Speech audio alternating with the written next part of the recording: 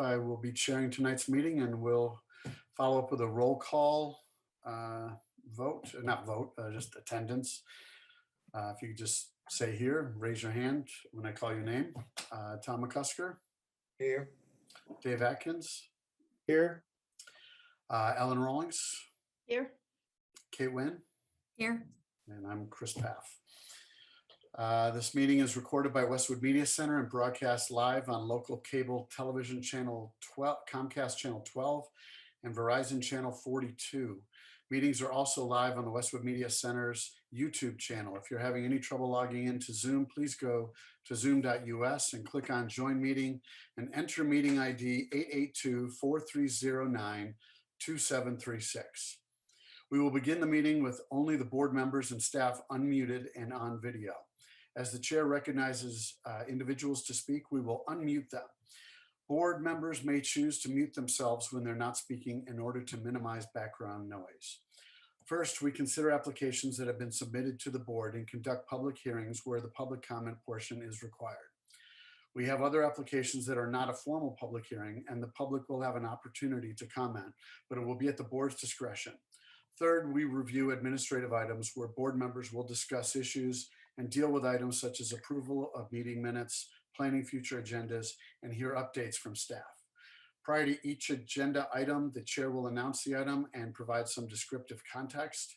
For applications, the chair will invite the applicants to address the board and give a presentation summarizing what's being requested. Board members receive the application materials prior to the meeting and have reviewed them. Board members may ask questions during and following the presentation. Staff and outside experts will provide comments to the board. If the issue includes a public hearing, the board will then proceed to public comment portion of the public hearing and will restate the instructions. In this remote meeting format, residents and guests may participate in several ways. Attendees should raise their hand and wait to be unmuted and recognized to speak over the Zoom meeting application or from a telephone dial-up. We will be able to hear you but not see you. Additionally, comments may be submitted by email or regular mail prior to the meeting. When we come to that part of the meeting, I will remind everyone of the process to raise your hand by hitting the raise hand button in Zoom or press *9 if dialing in by phone.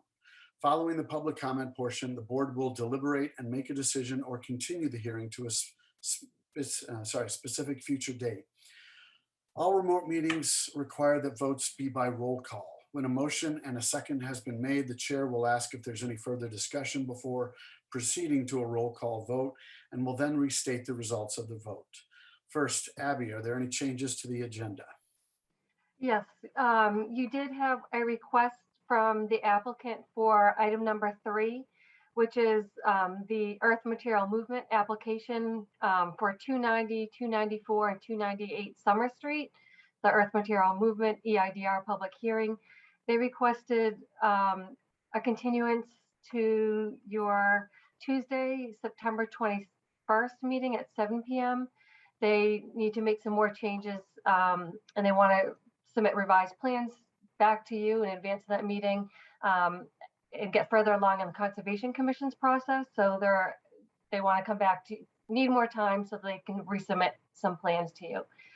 So if you could take a vote to continue that hearing to your Tuesday, September 21st meeting on Zoom. Okay, so I'd like to make a motion. So moved. Seconded. We have a motion and a second to continue this hearing. Any further discussion? Okay, we'll take a roll call vote. Yes, Abby?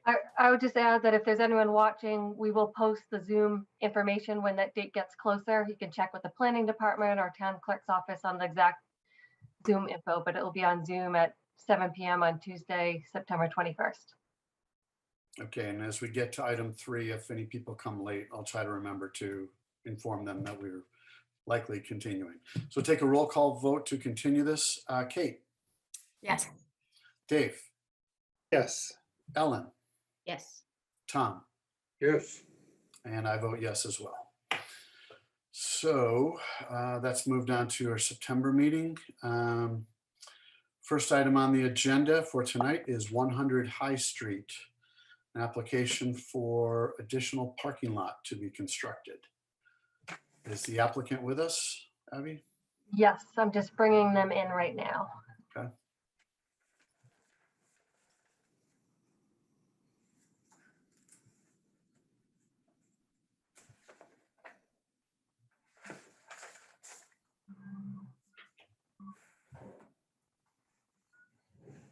Good evening, Mr. Chairman and members of the board, and as well as Abby. My name is Mark Beaudry. I'm with Meridian Associates, and I'm here tonight representing Westwood Pavilion LLC, and on this this filing for EIDR, and I believe the meeting agenda also mentioned an earth material movement permit, but we are not, I believe, subject to that permit. I'd be happy to speak to the earthwork quantities and whatnot. But what I'd like to do is, go through the development proposal with you, and I will actually, it appears that Dr. Dan Kazikoff is with us as well. And yep, so Dan is with, Dr. Dan is with the, Dental Arts of Westwood, that's in the 100 High Street building, and is basically Westwood Pavilion as I understand it. So what I'd like to do is walk through with you all the development proposal, and part of this, we are also seeking a parking waiver to have parking in excess of the 5% over zoning requirements, as part of this project. So because of the additional parking, we need to submit a waiver, and Dr. Dan can speak to the specific reasons why parking is needed as proposed, and I can address that as well. So maybe I could speak to it. Dr. Dan can fill in any gaps or however you want to work it. So Abby, am I going to share screen here to put up my plan, or how you want to do it? You should be able to, if you'd like to hit the share screen. If not, I can pull it up as well. Yeah. Can the board see this plan? Yeah. Yes. All right, great. Now, I must say that in fairness, this revised plan just got submitted to the planning department today. So this I know it was uploaded. You may or may not have an opportunity to see it, but there are not significant changes to the plan. But what we've done is respond to comments that have been received from Beta, as well as the building commissioner. Other staff reviews did not result, I believe, unless I was missing something, did not require any responses or plan changes. So what I'd like to do now is basically walk the board through the development proposal. The 100 High Street is the building located right here along High Street, 109, obviously. That it's a yellow building with basically 3 stories. It looks like a 2-story building from High Street, but it does have a walkout lower level. There is coming off of this is Louderbrook Drive that you might be familiar with, down at the bottom, that goes up to intersect right over here with 109. And the driveway going into 100 High Street is off of that the entrance of Louderbrook, pretty close to High Street. The people can come down and enter the site and park in the upper lot right here. They can go down into what's called the lower lot right here. And then this area is pretty much green right now, and there is an open stormwater basin on the site right here that services the existing development. And then there's of significance, there's also the 109 drainage system, or High Street drainage system, discharges into this stone line swale that is supposed to be in this drainage easement, but it falls out just outside it for the most part. But that runoff would come down and go through this area and find its way into a culvert at a head wall right here along Louderbrook that then connects into the Louderbrook drainage system and, travels off to its discharge point. While we're at this point right here, you can see that there's a wetland across the street. This is the 100-foot buffer zone.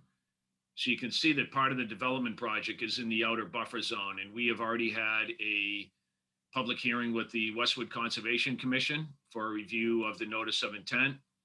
And that was continued to the first meeting in September for two reasons. First, the commission had no meetings in August scheduled. And secondly, we did not have our DEP file number at the time of our hearing a couple weeks ago. So we were, it automatically had to be continued. But this project was favorably reviewed by the commission. So anyway, currently there's 25 parking spaces on the existing property, which is probably about 7 below that required by zoning right now. And I think it relates to possibly how the lower level was considered with GFA or whatever back in the day. But anyway, bottom line is that currently there is definitely not enough parking on site to support the dental arts, Dr. Dance, building use, his, dentistry operation, as well as other uses in the building. So currently, Dan leases parking down the road from Meditech down the street, and people have to then walk back up to his employees have to walk up to the building. So, secondly, anybody that's spent any time there realizes that people kind of park all over the site, and wherever there's a reasonable place to park a car, including on the slope running down this slope where our proposed driveway is. So there's clearly a demonstrated need to have more parking than exists on the property. And so what Westwood Pavilion is now proposing is to do a parking lot expansion on the property. Now, which is basically this lot right here. So that the drainage easement basically cuts the lot essentially in half. Now, just real quick, I know you've got other things on your agenda, but we originally submitted this back, a few months ago with a driveway connection out onto Louderbrook, and that turned out to be not a workable situation with Meditech, the owner of the park. So we ended up having to revise this design, working closely with Westwood Public Works to have this on-site driveway connection. And the reason we had to work closely with Public Works is because it crossed the town drainage easement. And so working with Public Works, we provided a driveway that was 20 feet wide, but then the Public Works asked that we add a sidewalk as well. And then subsequently, we ended up adding 6 parallel parking spaces along that driveway. So you can see that that the driveway crosses the drainage easement right here, and we've got a couple head walls with 2 18-inch culverts running through this area to continue unobstructed drainage through the drainage easement down to the Louderbrook drainage system. And that has been reviewed by Public Works, and to my knowledge, haven't had any comments. So that driveway extension off the existing will come down into a parking field that is comprised of 14 parking spaces on basically on the west side or north side, and an additional 15 spaces on the south side. For a total of 29 new spaces there, plus the 6 along the driveway yields 35 total. One thing that the actual Conservation Commission mentioned, and also was part of the beta comments, was that there was a concern about the ability for cars at the end of the parking lot to turn around. So originally we had 2 more parking spaces in this area for a total of, instead of 29, 31 down here. So what we did on the revised plan is stripe out the 2 corner spaces to provide a vehicle turnaround area at the end of the parking lot. So we were able to do that without adding any additional impervious area. We were asked to suggest putting an additional turnaround, appendage, if you will, down at the end of the parking lot. But we, working closely with the owner, we decided to eliminate these 2 spaces instead. And so we have a total now of 60 parking spaces, which would be the 25 existing plus 35 proposed. Now, if you look at this calculation, you could see that with the gross floor area of the building, which we conservatively estimated, 1 space for 250 square foot of GFA requires 32 parking spaces required by zoning. The waiver threshold, as you know, is 5% higher than that, which would be 34 parking spaces. We're providing 60. So we have a total of 87.5%, if my numbers are correct, in excess of the zoning requirement. Because that's over 5%, we need we have to request the waiver for this additional parking. Now, as I mentioned, Dr. Dan feels quite strongly that, this is what he needs for parking on site. And in fact, when this driveway opportunity presented itself, he, creatively and thoughtfully said, hey, we could probably add, I could use even more spaces along there. And I'm like, yep, we could do it, but we need to add in that at additional expense. I mean, that's how, how desperate Dan is for having additional parking out here. So anyway, what's important is that all of the, what we have is a total of 13,500, I think it is, 13,600 additional 13,600 square feet of new impervious. Part of which is, in the, I think 2,800 or so is in the outer buffer zone. But what's important to note is that if you look at the open space or impervious surface requirements, 50% is actually allowed under by zoning, and even at the proposal, we have 6% or 44%, 6% less than allowed by zoning. So while we exceed the parking stipulated by zoning, we are still well under the open space requirement or impervious cover requirement. So I think that's really important to point out. So while we're on this plan, one of the comments that came through with beta was the suggestion to add some street trees or some planting along Lauterbrook, even though Lauterbrook is a private road. And what we did, I think creatively, our landscape architect noted that there was going to be 4 trees that were fairly recently planted in this part of the site to actually relocate those new trees down to the area between Lauterbrook and the new parking area. So we do now propose, as part of this revised plan, 4 additional street trees, along that frontage. So I think that'll be a nice addition. We also have, as we mentioned in our response letter, this area is all going to be like a meadow mix that it will eventually allow additional plant material to grow up, and if it's not mowed, it'll eventually get some woody vegetation in there as well. So we think it'll be appropriately screened. So what I'd like to do real quick is move to, please, Mr. Chairman, let me know if I'm being too detailed here. But like I said, I know you have a lot on your agenda. Well, it's okay. All right, I'd like great. to give you a full opportunity to present. Yeah, thank you. Appreciate that.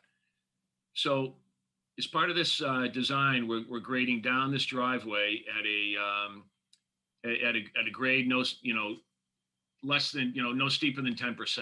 So with nice leveling areas on top and a nice leveling area on the bottom. And so by doing that particular grading, we can do this without, it seems may seem surprising, but we can do this without, with a maximum fill being only about 3 feet in the swale crossing area. So importantly, the maximum fill is less than 5 feet. So that is one of the thresholds, as you know, for the earth movement or earth material movement permits. So we're not triggering that threshold. And we are doing a cut fill operation here. And when you deduct the paving materials, the amount of earth materials being brought in are less than 100 cubic yards. So because of that, we're being less than 200 cubic yard threshold under earth EMM permit, that we don't exceed that amount as well. So it's our opinion that we do not need an earth material movement permit for this project. So the intent is to try to minimize the amount of fill, obviously, to have it, kind of work well with the contours. We're sloping into the land a bit here to create a swale that will carry runoff off the hill down into the swale area and carry that on through the two 18-inch culverts that you can see. And then we'll carry it down into the existing head wall, which you can see right here. So one of the things, just real quick, that Beta commented on is the need for culvert calculations. There's an existing 24-inch, culvert that everything drains into that, to our knowledge, nobody's ever indicated that capacity has been exceeded. So we've provided two 18-inch pipes here that the capacity of which exceeds the capacity of the 24-inch pipe to ensure that there's no obstruction by this driveway crossing. So again, that was, acceptable to Public Works, but Beta did ask for culvert calculations to be provided. I haven't had an opportunity to provide those detailed calculations. Actually, I realized that all of my culvert stuff is back at the home office, and I'm working mostly from home right now. So I'll have to get those calculations through Abby to get back to Beta, but I will do that. But importantly, all of the runoff associated with the new impervious surfaces, the driveway that slopes down, the parking area, all gets routed through a treatment unit, which is a Storm Scepter 450i, if you're familiar with that, that'll pre-treat the runoff before it goes into the chamber system. Now, one comment that Beta had was that we had originally designed the stormwater chamber system, which is this blue shaded element that will be underneath the parking lot. That was originally designed based on the 100-year storm event that we used on our last Westwood project, frankly, over on University Ave. That was peer reviewed and found acceptable. Since that time, the rainfall amounts that are being used in Westwood have increased. So we actually had to increase the design rainfall here by it was like 1.7 inches of rain, which is a lot for the 100-year event. So we ended up having to add 10 chambers to this system on the redesign that we got that was resubmitted. So that is now back before the planning department, the board, obviously, and Beta for review. And just real quick, if my computer takes me there, doesn't look like it wants. Oh, here we go. So actually, here's a detail of the head wall, by the way. And here is the chamber system, by the way, that'll be underneath the the parking lot, and here's a detail for the treatment unit, and here's the overall chamber system. Now, one thing that we have asked for, and was a comment of the of Beta, was to that we had not performed soil testing in this area, and what we did is base it on NRCS soil information, et cetera. And what we are asking for a condition of any approval that the board chooses to grant, that we would do soil testing as a condition of approval prior to construction. And obviously, if any changes are necessary or warranted, we would have to come back for another review by the board for an amendment, recognizing that Beta would need to look at that again. So we understand that that's at our risk. And frankly, we did something very similar to that for the project over at University Ave that we worked on, and that worked out very successfully, working with the board and in Beta. So we respectfully ask for a similar consideration there. By the way, speaking of open basins or drainage basins, this is an existing stormwater basin that I mentioned. We strategically located this retaining wall to keep all of the driveway fill out of the limits of the existing stormwater basin. You can see the outlet control structure here for that basin.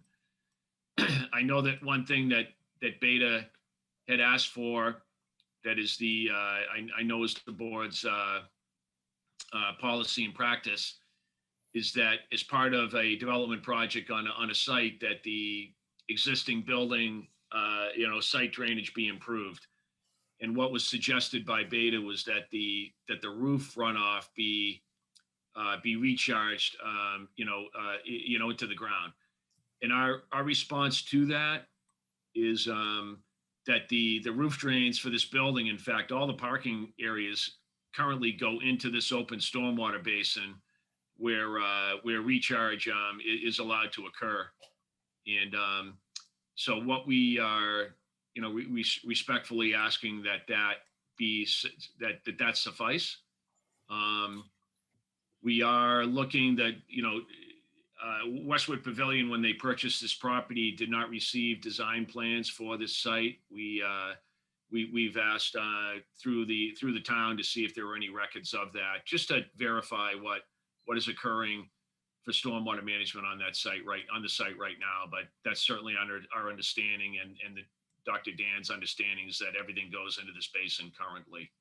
So anyway, it's not, I do understand the board's position that when you have an opportunity to improve stormwater management, to go for it. But I think we have a good stormwater management program on this site currently. So we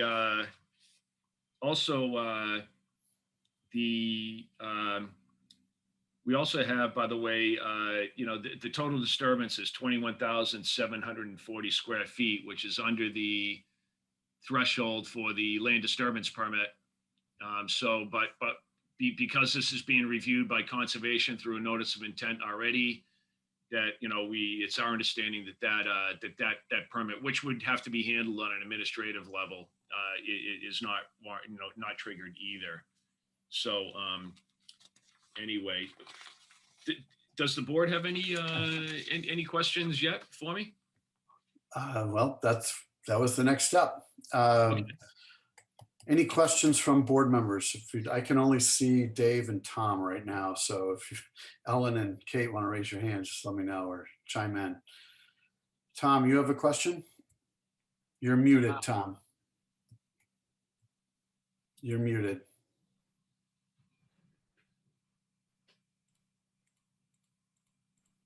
Am I Good unmuted? now. Yeah, we can hear you. Okay.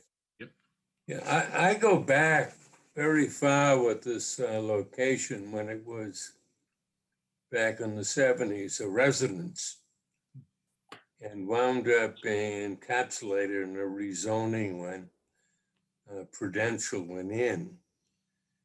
And the parking situation is, if you're in the lower parking lot as it exists now, you really can't get out. So my question, two questions. One is, where are you with the Conservation Commission? Yeah, good question. Yeah. We met with the Conservation Commission at a public hearing and back in their second meeting in July. There are no meetings in August, as I mentioned, of the commission, but we did review this. It was very favorably reviewed, and I think it's part of the public record, but the certain commission members were thinking they wanted to actually vote on an order of conditions that night. But what we pointed out to them is that Karen and myself both said that they weren't actually technically legally allowed to close the public hearing because we did not have a DEP file number yet. And then because they couldn't close the public hearing, they technically couldn't vote on the project. But we are very confident that they'll will have a successful outcome at their meeting on September 8th, I believe it is, which is the first meeting in September. Do you have such a file number now? Yes, we do, sir. And can you tell me what the issues are before the Conservation Commission? The only issue is that work is in the within the buffer zone, and you Okay. can you can see the buffer zone line right here. So it is in Thank the outer you. buffer zone. Thank you. Could Yep. you put up on the screen the driveway from the upper level to the lower level? And do you plan on widening that? The driveway, as you can see, is 20 foot wide, which allows I two understand that. What is Okay. it now? The existing one, I believe he's referring to, Oh, going down the hill. Yes. that is a good question. We did not, this driveway right here? Yes, I believe that's what he's referring. Yeah, No. that- Put No? it up again, please. The Okay. driveway from the upper lot to the lower lot. which is right here. Right. You plan on widening that? No, we do not, sir. Then you don't solve your problem. I, If you're down on the lower lot and you want to drive out and somebody's driving down, you can't get by them. You can't get two cars into that. That's all I have, Mr. Chairman. Okay. interesting. I have not heard that until tonight, of that being an issue. But it's something we We can could, ride over there and see what it looks like. Yeah, that's Well, never been an issue. There's a way to get two cars up and down that alley right now without a problem because we have traffic going both ways because the bottom's an active parking lot, always has been. So people go in and out of there without a problem. Right now, the big issue That is has not been my experience. but well, the okay. problem is we're parking up along the wall there now. So we're using that driveway as parking. And that's why it's only down to one car now, because we're using that sidewall as over parking overflow. So if we take all those cars off, that's the whole lane of cars that's being taken over right now. Oh, okay, Yeah. that makes sense. Thank you. Yeah, my pleasure. Sure. I'm sorry I was on mute. I was trying to talk and I was like, nobody can hear me. So I just sat quietly. No. It's always a problem. Uh, that was very helpful. Yeah, and also the extended parking is only for my staff. We're still planning to use the top parking for the patients. And this is basically to take me from Meditech so that my staff isn't walking. Because in the wintertime, the problem is they have to walk Lauterbrook Drive because there's not a real connection that's plowed out. And I don't want my kids walking down that road because there's people going down there at pretty good speeds. You know, it's a pretty wide road back there. So it's kind of the goal is to keep my people safe and kind of keep us condensed in our area. All right. Any other board members with questions for the applicant? I have a Ellen. couple of questions. Thank you. Sure. First question. Well, first I want to compliment you on moving those 4 trees or planning to move them rather than just chopping them down. I appreciate that personally. And Me also, too. I think that's great. And also on the plans to use the meadow seed, which I believe in your narrative you specifically mentioned would be native meadow seed, which I also appreciate because that is important, particularly that close to a wetland. Yeah, New England Conservation Wildlife Mix, yes. Excellent. My questions are, and this first one may really be more under the purview of the Conservation Commission, but I just kind of want to throw it out there. When you consider what products you use to treat the parking lots, in the winter, because we are talking about A, impervious surface, and B, you're not going to want them to ice up, but particularly since we're looking at an encroachment in the buffer zone, I'd be concerned about what products were used to treat for ice and, to make it safe. And I believe conservation will talk to you about that, and they probably have conditions, but just kind of wanted to put it out there for consideration.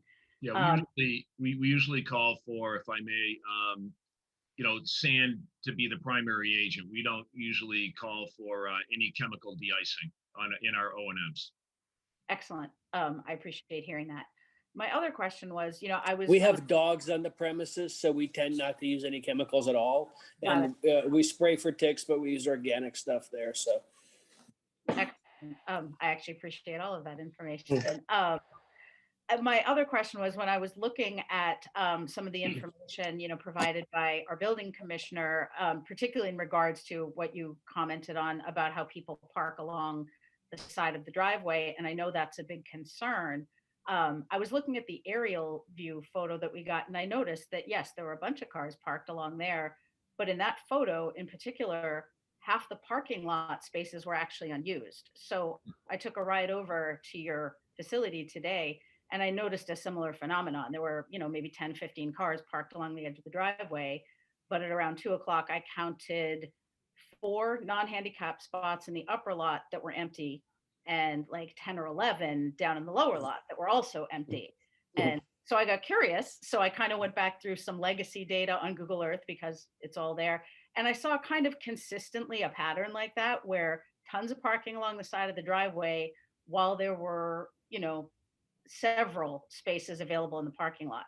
So I kind of personally want to understand, what's going on there before we start talking about expansion, particularly since we are talking about a potential incursion into the buffer zone. I just kind of would like to understand better about kind of the dynamic about why are we seeing this in Sure. the existing conditions. Sure. A couple of things. So first of all, there's a couple of different doctor's offices there. There's a psychiatric, kid psychiatric practice upstairs, and they have their own volume. So that varies based on how they test and stuff like that. And we try to leave the upper parking for them, because they're renting my building, and I don't want to take away their parking and push them down into anywhere else. So we try to keep the upper level open for the 4 businesses that are currently renting from there, because if you're a customer there and you're a patient there, you want to be able to park. Then we try to keep all the other spots that are easily used for all our patients. So again, a bunch of us park at Meditech right off the bat, and all the inconvenient spaces are taken by my staff immediately. On days like Mondays and Thursdays, when ortho is in, that becomes a totally different phenomenon than at 2 o'clock when it's our lunch hour and a bunch of cars leave.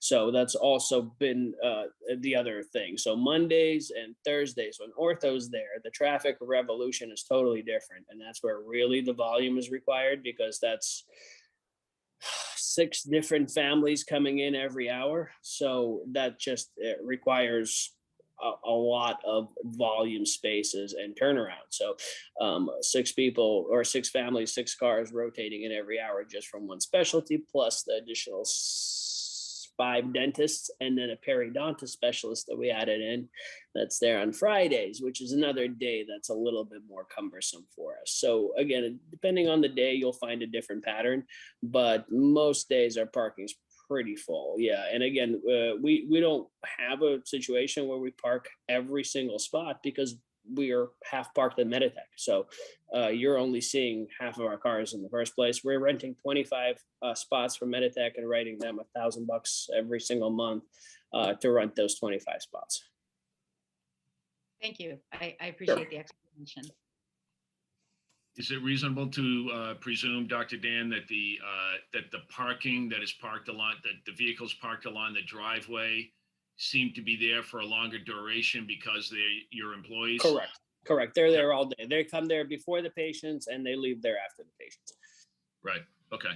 So those users will end up in the lower parking lot. Correct.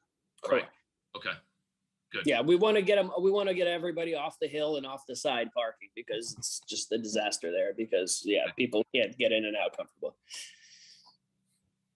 One thing, by the way, that we, Ms. Rawlings, you mentioned I think the accessible parking spaces. One of the building commissioners' comments, there was some confusion, I think, about the accessible parking.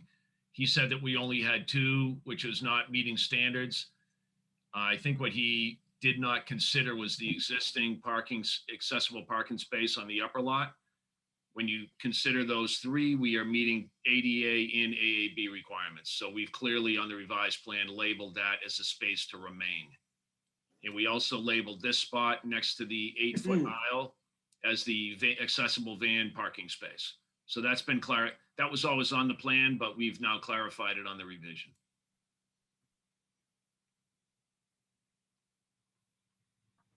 Okay, before we get to Tom, Kate, did you have a question? I did have a question. Thank you. Thank you, Chris.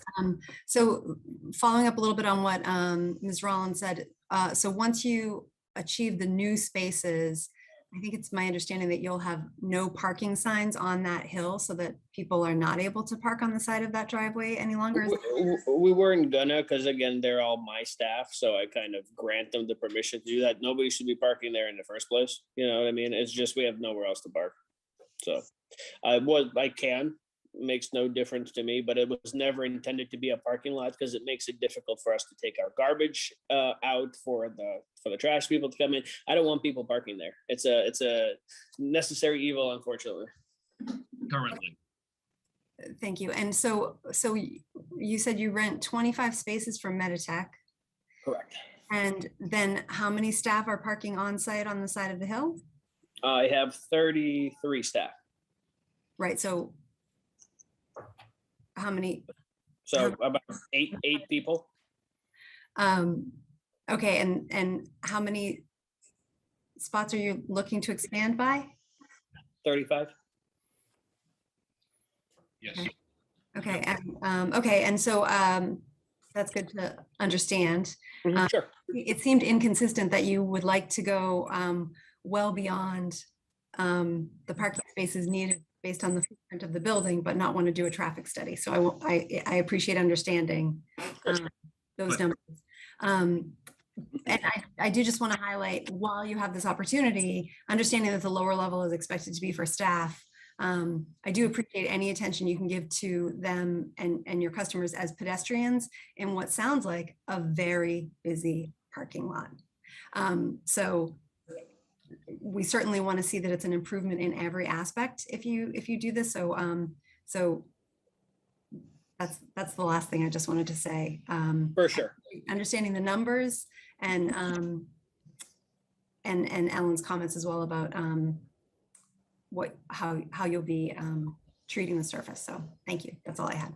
If I may speak quickly to the traffic study point, the use is not changing here. The building's not expanding. The people are coming into this facility and going into Louderbrook and everything else currently.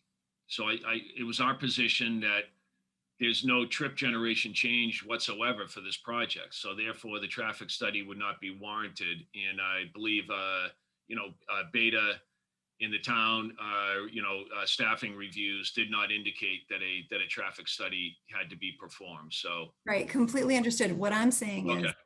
is it helps me understand that he's got 25 employees offsite and 8 on-site in non-designated spots. Right. And that gets me to the number that I need to understand his need. Yes. Okay. Got it. One thing I wanted to point out real quick too is that we are proposing site lighting. And as part of Beta's comments, they wanted, for some reason, the photometric information on the plan. We had a standalone photometric plan that was submitted as part of our application package. And we've now made it part of the plan set. It's, down on the bottom sheet. But basically we have 4 site lights proposed. you can see them right here. And then we also have I believe it's 7 light bollards going up along the sidewalk where employees would be able to walk back and, up and down, to from the parking. And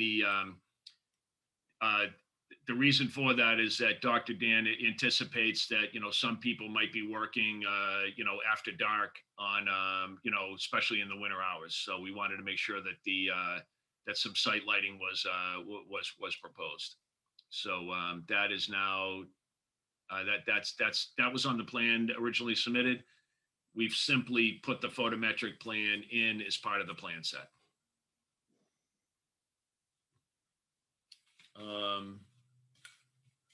Yeah.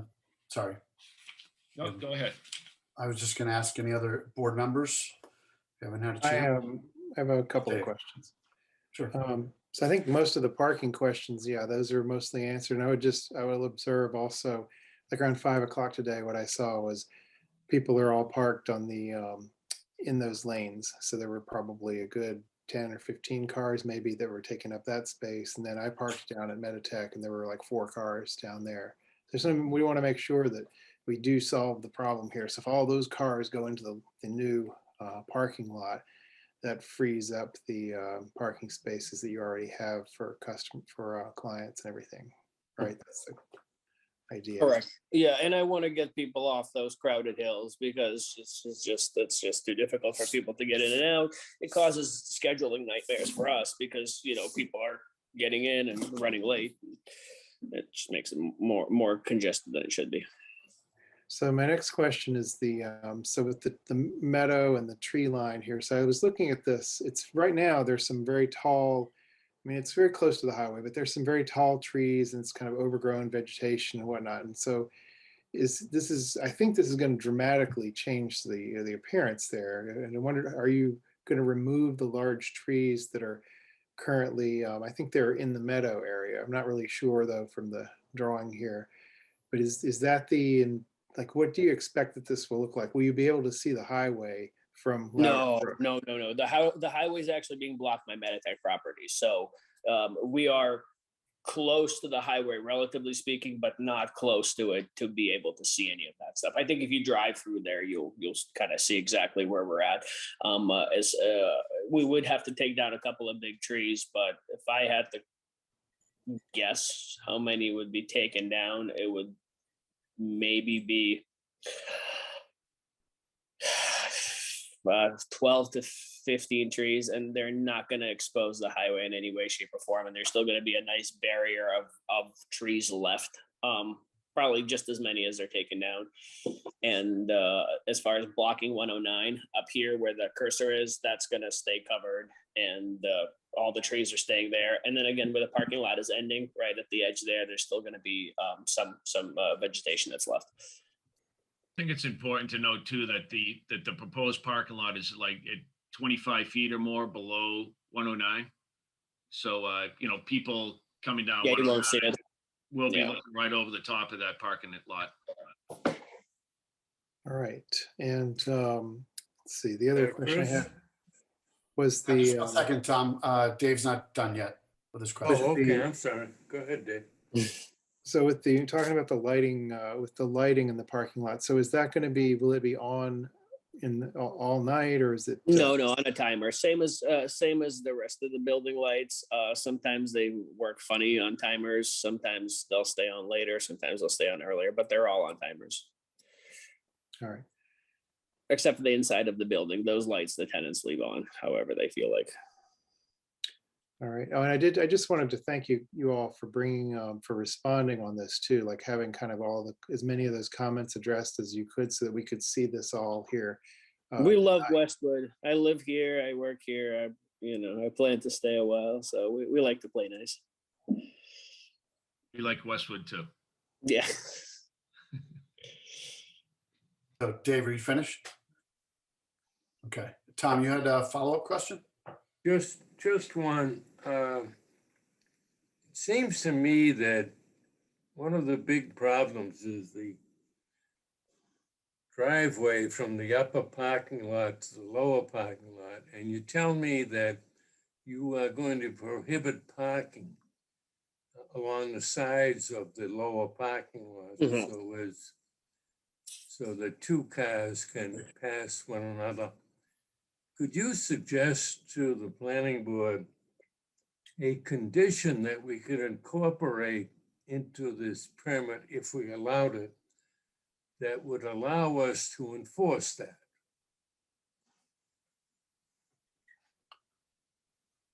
Enforced by what manner, Tom? In a I guess manner police- that if it's violated, if parking is still allowed along the driveway, that the What would be the planning need board for would that? have some recourse. What would be the point of that parking, of us parking there, though? You know what I mean? If we have the necessary spaces, why would we even put ourselves in the difficulty of parallel parking up along the side? Well, You guys can, sure, but you know. Well, my thoughts, Tom, in concert to what you're talking about, I think it would put this board at ease for the cost of a few no parking signs to be put Sure, along of course. there. I think it's human nature. If it's raining when they're parking, they want to be closer to the door. And There they've is been another doing it. door for the back. They've been doing it for years, so they're already accustomed to parking there. So There's a back door for the back parking lot already, so it actually makes it easier for them to come in from the okay, back. well, they're parking there for a reason, and I don't think the board is comfortable Sure, with- sure. without Well- without addressing it outwardly by the way of signs or things like that. And I would advocate for signage, no parking signage up near 109 on that part of the top part of the parking lot. I agree. I mean, I've seen on the submitted aerial photo, there are two cars parked in the grass closer to Louderbrook on your driveway. Yeah, that I don't know who parks there. That's no, not my. somebody is, and this was just a somebody single moment in time. So that's what we're trying to get rid of here is the bad practices. And just making 35 spots available farther away isn't necessarily going to change 3 or 4 people that love parking up near 109 because they go in through the front door. And that's where they're accustomed to parking. And if they got there late and they're already full, they still want to park there. I think they would need some outward reminders that they're not supposed to be parking there, I withdraw especially if my they don't work for comment. you. I'm fine. Thank you, Chris. Okay, thanks. Mr. Chairman, I did- think the building commissioner had also suggested some no parking signs. So Yeah, we did. can add those in. And I did have a few comments here, if I could have a chance. The building commissioner did recognize your handicap spot up in the upper level. He sent an attached photo, and I believe he was intimating that it was insufficient signage for a handicap spot. Abby, you might correct me on that, but I believe that was part of his note. So he did see that handicap spot up top and was acknowledging it, at least to us. Let's see. I was going to ask, and if it's in the plans, I apologize if I missed it. Is there just curbing along this new parking lot to prevent cars from accidentally rolling off? What Yes. what is the Yeah, 3-inch curb, 4-inch curb, granite? no, it's bituminous berm, which would be Okay. like a Cape Cod berm. That would Okay, be Cape like Cod berm, right. yeah, that would be That would basically a 4-inch reveal. encircle the whole Yes, parking area. yes, and we do have vertical concrete curb along the sidewalk and along the edge of the driveway, and you can see where it transitions right here into the into. Yeah, I the- can see that. Yep. So that way we can make sure that all the runoff is controlled and directed into the treatment unit. And Abby, if you could comment on this, in many cases where trees are going to be removed on the plan, it'll indicate those trees to be saved and those trees to be removed over certain caliper size. Is that something that would help us here?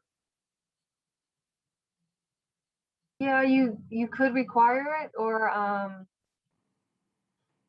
think there is some, good amount of removal proposed. Yeah, I drove by this afternoon or this morning and I saw a lot of what Ellen saw. And I noticed a lot of growth in this area that we're talking about. So I think giving your office a count of the number of trees that are going to be removed, at least over a certain size, so we know what significant trees are going to be removed for this and what will be in that meadow planting area. I think it just makes it a more complete plan from our perspective, so we know what we're approving or not approving, or whatever, when we get to that point. Mr. Chairman, are you suggesting that they be surveyed in? Because that's going to take some time, or can we just do an accounting of how many trees? I guess my gut tells me just an accounting would be sufficient of what's to be removed. It doesn't seem to me to be too onerous to go through and just do a rough count. You're going to have to mark this at some point anyway. Right. We can do that. Everything within.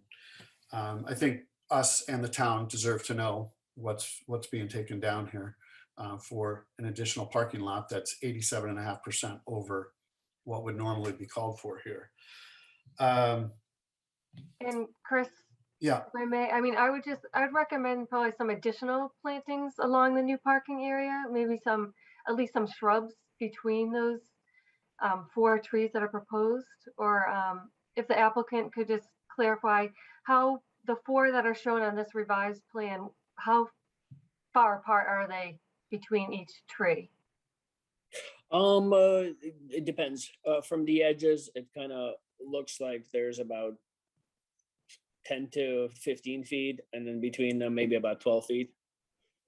Yeah, the existing trees are the transplanted trees will probably, Abby, be about 30 feet apart.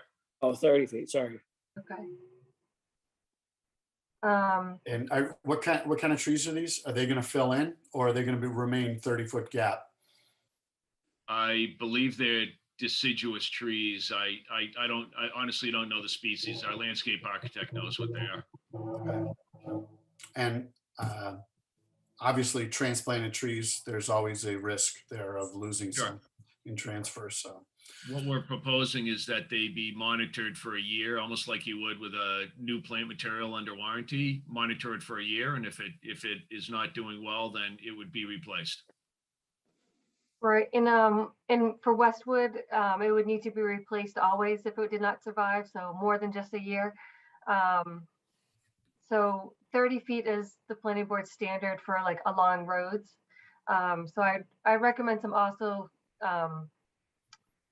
additional plantings in between those. So Can we put florals in between those, like big ones, like hibiscus or not hibiscus? What are those like big purple flowers we have everywhere? hydrangeas, Hydrangeas, thank you.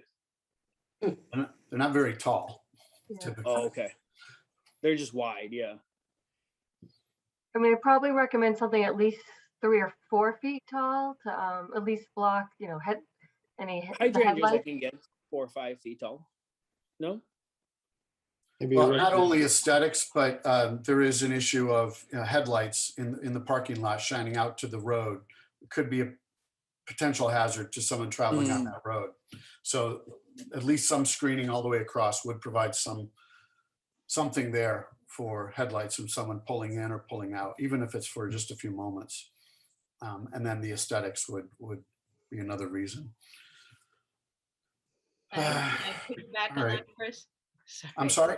Can I Yes, piggyback Ellen. on that a little since we're on the subject? Sure. I support that recommendation, particularly given how wide the spaces are and given that those trees are deciduous. And I would also be interested in what species, but maybe evergreens in between, because if the concern is, headlights and that kind of thing, I think something that would be full year round would be a good suggestion. I mean, my hydrangeas are 4 or 5 feet tall, but they die off in the winter. So, maybe an evergreen, and if possible, something that is native to New England, I would advocate for as well.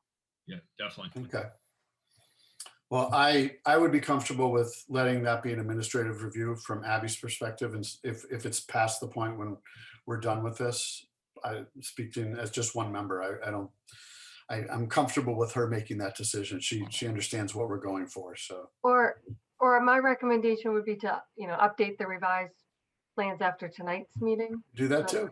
If they're ready with a suggestion, sure. Any other board members with follow-up questions to what you had before or new questions? No? Okay. This is a public hearing, so maybe now would be a good time to give the public an opportunity to ask any questions. So we'll wait a few moments and give our So- attendees a chance to chime Right, in. so- Chris, if I'll just add, if anyone wants to raise their Zoom hand, we'll Sorry, unmute you. yes. I'm not seeing anybody raising their hand or typing in a question for the Q&A. Can raise my hand if you want. A couple more seconds here.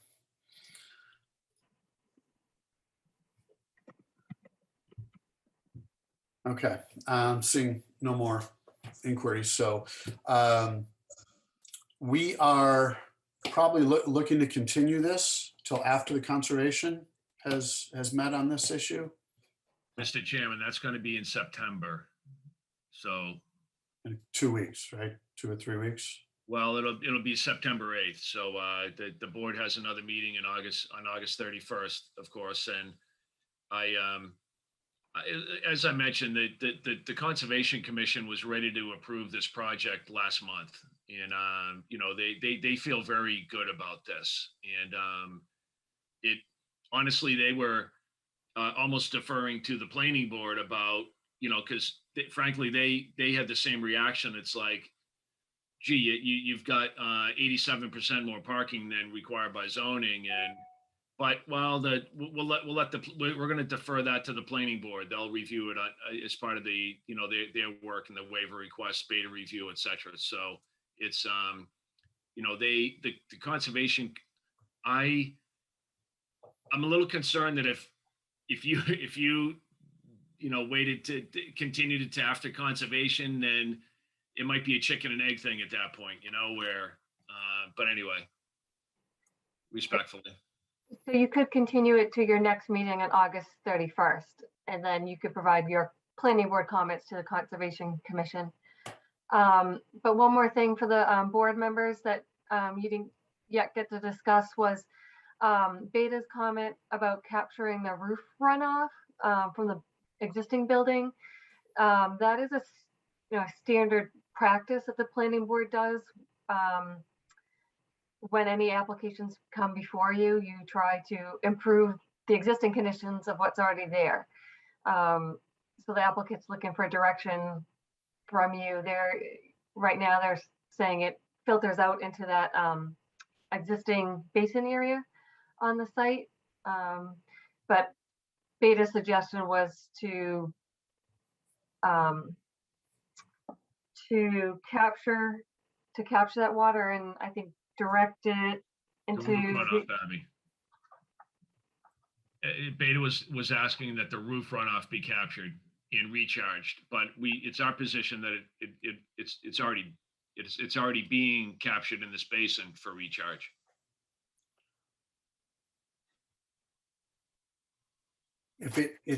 So they're asking you to capture it and you're saying it's already being captured. Yes, So why, if they knew that, why would they make that ask? I'm not sure they knew that, Mr. Chairman. or so where does it go after the now into the basin? It's not being cleaned, right? Is it just draining into? Well, the basin is right here, Mhm.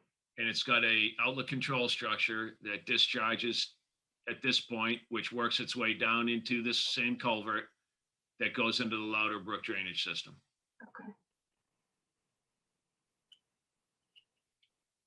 So if I may, are they saying that they want it to be charged on the other side of the driveway, that they don't want it to have to cross over the impervious surface? Is that what they're saying? No, they just said that the stormwater runoff be captured and recharged on site, I believe is what it was. I've got their, I think I spoke to that. Yeah, here we go. Their comment was SW8 provide recharge system for existing roof runoff to accommodate 0.8 inches of runoff. And we responded that stormwater runoff from existing parking lot and building is being captured in existing on-site stormwater basin where recharge can occur. Additional stormwater measures to capture existing roof runoff would be redundant and unnecessary. Previous site development plans are being sought to verify this. So we can continue to follow up on that, but Yeah, I think the position of this board typically on matters of expertness like this is that we rely on Beta to be our voice and our concerns. And okay. we typically don't just turn a deaf ear to what Beta has to say. So if they're concerned about this, I would feel comfortable personally if you could work out with them until the next time we meet, whatever system you can agree on, I would be more comfortable instead of just listening to your response and not giving Beta a chance to perhaps further explain their question. Okay, that's fair. Right, so we just, got these revised plans in this response this afternoon in your packet. So my recommendation is that you continue this hearing until your next meeting on August 31st, and continue to review these revised documents for the next meeting. And I'll also get this to Beta to review. And then it sounds like tonight the board was supportive of having the no parking signs added along the drive aisle between the upper and lower lots, also along the front, and the additional plantings for screening, year-round screening along the new parking area. And Abby, also, I just would like to get clarity on the parking, the accessible parking. What is the reality around the accessible parking? Okay. Okay. Abby, there was also the estimation of the number of trees. Yes. I have another question that, and I don't, I think we have a good approach here. We have a good plan in here, but I just have to wonder though, how the original, like if we were looking at this today as a new proposal, then I don't think we would approve this much parking. And so I wonder how it could be so far off, like, based on square footage and everything, what was originally approved and all. It's clearly that there's a lot of use going on here. But I mean, that's not, I don't think that's for the applicant to resolve here, but I just wondered, does anybody else kind of feel like that? Yeah, Dave, I have to agree. I've been wondering. Can I ask an example? For example, Arch Orthodontics is attached to a parking lot. They're an ortho office, which is kind of what we're expanding to now.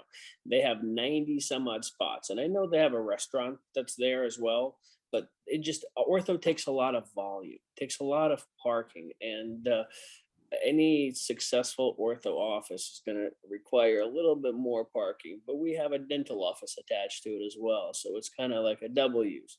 Now, besides that, we have a periodontist office attached to it as well. So now there's that component to it. And then there's the child psychiatry component, which again, requires sometimes dual sets of parents because some of these are divorced parents. So they just require extra cars that way. Sometimes there's a babysitter that needs to come in and bring somebody in. So there's just a lot of dynamic things that are happening in that building that, Yeah, I think, and I mean, I think like Arch Orthodontics, they're in a situation where there's a restaurant, so there's a little bit of a mixed use scenario there with different times a day. There's not enough parking in that space, in that location. Also, Arch is only open like one day a week, so that kind of affects things. But still, it's the larger issue is just that we have a lot of applications, and a lot of times we've had discussions where people say the parking is inadequate, and then we pull out the calculations, and we come up with a calculation that says, well, this is what we need. And if we were doing that in this case, then our calculations would be way below the reality, because the reality is what you see in the photos is, cars are parked all over the place. So as long as we are truly getting those cars out of the illegal spaces and into the right lot, I think that's a much better outcome here. So that's good. And again, I don't want my staff walking from Meditech because that is a big concern to me. Somebody gets hit by a car that's walking from Meditech. To me, that's more concerning than anything else, kind of thing. You know what I mean? Because these are my people and these are your people, and you know. I hear everything that's been said, and it's been helpful. I still find it a little surprising that a business could flourish such as yours, as well as the others, and be 35 parking spots short. I'm not. I rent them from Meditech Okay, that's for fair. for over 2 years now. Okay. So again, this has been a problem before that we had to talk to Meditech about to try to get parking spots. Thankfully, COVID hit because they weren't going to give them to us. Then they were kind of forced into giving them to us because there was nobody parking there. So, you know, I don't want to spend money on building a parking lot I don't need. You know, respectfully to everybody, I'm not here just to kind of, you know, waste your guys' time. I have a problem that I'm trying to solve and make it better for the city too. You know, I have some patients that are on the board, on the other board, that are saying they know exactly what the problem is because they've been there. They've been patients there. You know what I'm saying? So it's different when you guys kind of monitor it from sporadic spots as opposed to taking in consideration every kind of position that I'm in. And does it make a difference if I'm short on parking one day out of the days that I'm working, or 2 days out of the days that I'm working? If I'm still short on that parking, right, and I can't park the people that I need there, whether the other 5 days are okay or not, right, we're trying to expand our business and run it the same way on every day. So we're growing slower. I'm not at full capacity yet. I still have 2 other chairs that I have to put into my practice. So, you know, I still have some growth to do, and I don't want to build another parking lot 6 years down the road. I'd like to make it a one-time project, you know? So I've looked at this for a while. I've been here for almost 11 years at this site, you know, and so I've tried to monitor this parking issue. I've spoken to Meridian for a while. We've had discussions on this years before that me and Mark have met, and I didn't, you know, put it into action until it was really, really needed, and I just couldn't do without Meditech's help. So you indicated you're moving into orthodontics, We have started orthodontics in January of this year. and it sounded like you were indicating that has a different parking need than a Correct. typical That is the dentist. big reason that pushed us forward. So there is a somewhat change of use. While not out of the dental field, you're expanding your business that has a Correct. requirement for additional vehicles for parking. Correct. But there was still the same business that's expanding. Right, I understand that. Yeah. But it's a different nature of Not really. clientele. No. Yes and no. Because we were doing orthodontics before, just not with a specialist. So, Okay. you know. I mean, I think the issue from a bigger perspective of overall development is just that if the use is not being accounted for, like if we were looking at this from scratch, you'd be like, well, maybe it's more appropriate that it just be a single family home, because if it's going to require so many parking spaces, that's not the kind of development that was zoned for. You know, again, in your case, we are trying to meet the need that's here. But I'm just saying, from a planning perspective, if we had a really intensive use that was going to require 3 times the parking or twice the parking as expected, or 80% more, then it means that our zoning isn't really taking things into account accurately there. Like there's a more intensive use that wasn't accounted for, something like that. So. Yeah, I agree, Dave. It is a little concerning that the calculations are so far off here. And I'm not saying anything about your request. I'm just in general. That's why I, for one, am a little taken aback by the number. 87% higher where we allow 5. I don't recall in the 9 or 10 years I've been on this board ever seeing a request to this extent beyond that. So that's the reason for my particular response. And I guess that's it. I was echoing what Dave said. I think, are we ready then to continue this? Do we have enough information for? Any other board members? Anything else to comment on? I see nothing in the. I just want to say the same thing. It's a big jump in parking for So it's a big jump. So I appreciate all the conversation around it to make us really comfortable with what the plan is going to be. Very much appreciated. Thank you. All right, with that, I guess I'll take a motion to continue this to our meeting on August 31st. Is that right, Abby? Yes, Tuesday, August 31st at 7 PM on Zoom. So moved, or I'll make a motion to continue this public hearing to Tuesday, August 31st, 7 PM on Zoom. Seconded. Okay, we have a motion and a second. Any further discussion? We'll take a roll call vote. Kate, Yes. Dave, Yes. Ellen, Yes. sorry. And I don't see Mr. McCusker for some reason. He fell off somehow. But I believe my yes vote would be sufficient to pass the motion. So I vote yes as well. That's 4 yes votes and 1. Oh, I see he's back now. So just, Tom, you're muted. If you can unmute, we have a motion to continue this hearing to our August 31st meeting via Zoom at 7 PM. Would you like- I vote yes. Okay, so we have 5 Thank you. votes in the affirmative. Jeez. All right, so I think you have some things to answer from us, and hopefully we can meet again on the 31st. Very Thanks, good. guys. Thank Thank you you very very much. We will see you in a couple of weeks, and Abby will be in touch. Thank you. Thank you. Good night, Thank you. everybody. Good Good night. night.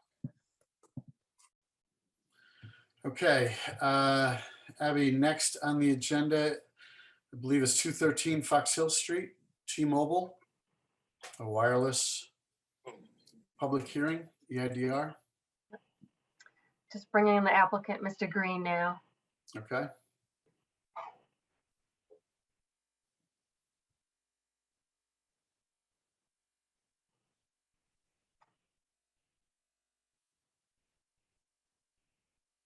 There you go. Let's see, am I muted? No, now I'm good. All right. Hi, my name is Tim Green. I represent T-Mobile, who currently has a facility at 213 Fox Hill Street on top of the water tank. It's currently utilized by a number of different carriers as well as municipal antennas. T-Mobile, as part of network upgrades, and this site has gone through a couple different iterations. It was originally Nextel Communications. It was originally Sprint, then Sprint Nextel, then Sprint, now Sprint T-Mobile, T-Mobile Sprint. So, but as usually happens, these sites get upgraded every couple of years for new technologies, more capacity, different frequencies that they're purchased from the FCC. This site is no different. I can don't know which you'd like to look at first. We can look at plans first. You want me to share? Yeah, I think that would be helpful. Good. Let's share the screen here. All right, let's start with plans. All right, let's zoom these out just a little. Okay, it's not that. All right, this is an overview of the tank looking down. These are the different equipment carriers that are here. Sprint T-Mobile equipment is up here. It's outdoor equipment cabinets. You can see they used to be 3 cabinets there. There'll be now 2. They're going to replace them. And then all around here, you can see all the antennas looking down. And we can go look at another photo in a second that shows them. But if you look, this is the existing plan right here. And you see different dishes, different antennas on antenna mounts. Sprint's antennas, T-Mobile's antennas are here, here, and here. And when it's all done, there'll be these 3 antennas here, these 3 here, and these 3 here. 9 antennas is not uncommon for a wireless installation. They'll also be removing, they have an existing microwave dish up there that will be removed, and that's not going to come back. So basically replacing 6 antennas, adding 3, and There are, I believe, 9 remote radio units on the site. Those were replaced with 6. And then the hybrid cables going up. There'll be 3 hybrid cables that will go up existing cable tray. This is a side view of the water tank. And these are 2 different carriers with Verizon and AT&T and Sprint T-Mobile are on this tank. So, and they're all on different levels vertically to eliminate any type of interference. We actually have let me get out of, let's see here, new share. Let's go to, here's a picture of the tank from 2018. And you just kind of see what's going on up here. You've got antennas all over the place. All of these whip antennas up here, these omnidirectional, those are all town or water department or police department or something else. They're not wireless carriers, but you can see how they usually do. The carriers have, like this carrier here has 4 antennas per sector, and there'll be 4 on the other side, 4 on the other. This one has 3. I can tell you right now that's AT&T. I just know the antennas. And then you have the accessory equipment that goes with it, these remote radio units, and then you have the cabling.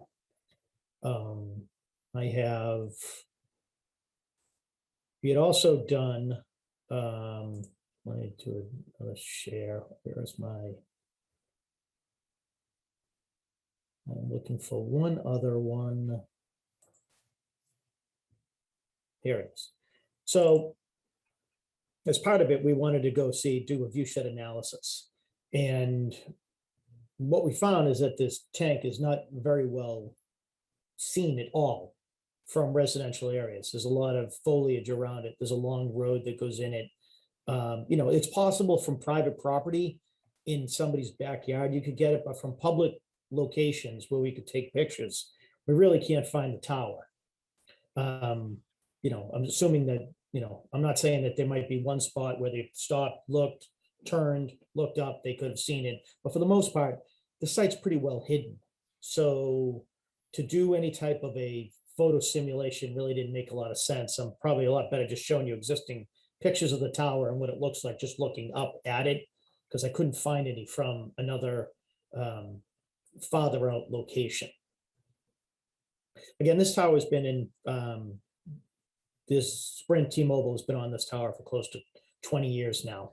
And recently just had another RFP with the Westwood Dedham Water District to add another 10 years to the site. So, anticipate just still using it.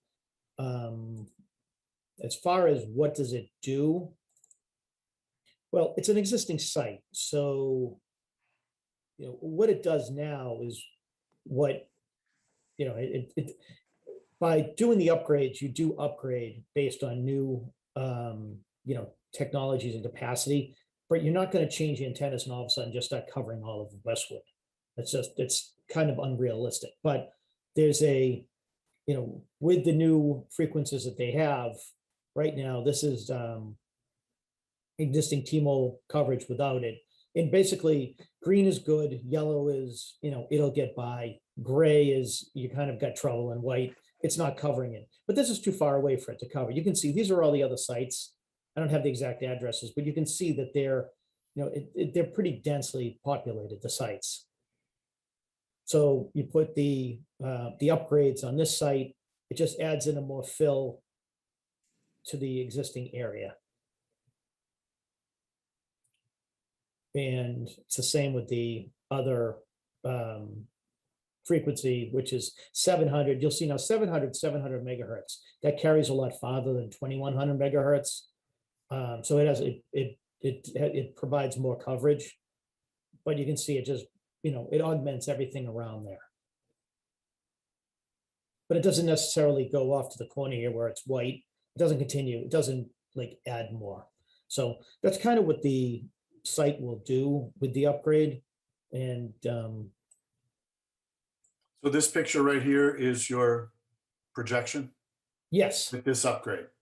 yes. You just showed about 3 different pictures. Yeah, I had so a hard time. well, you know what it is, this to go through. Here's the site here. And then This is 700 megahertz coverage right now. This is the existing T-Mobile coverage. Once they do this upgrade, that will be the new coverage. For another set of frequencies that they have, 2100, this is what the coverage is now, and this is what it'll be after the upgrade.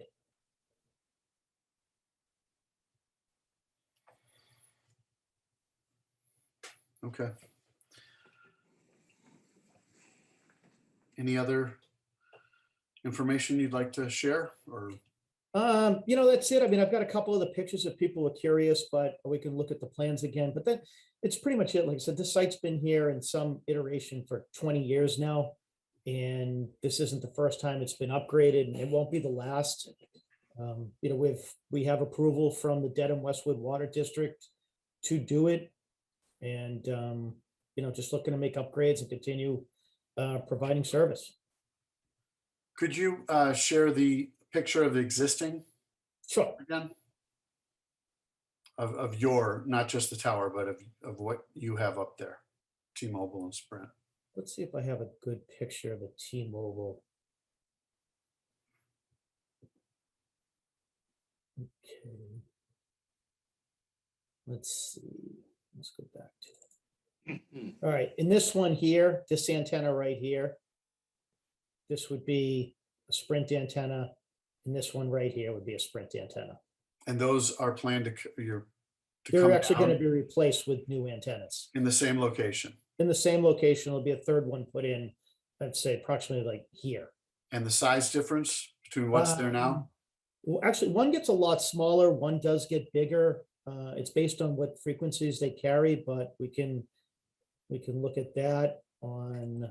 Okay, and these appear to be painted to match the tower. I assume that new ones would be painted. Yes, they will be painted to match the tower, and the cable tray will be painted to match also. Let me just go to the drawings here.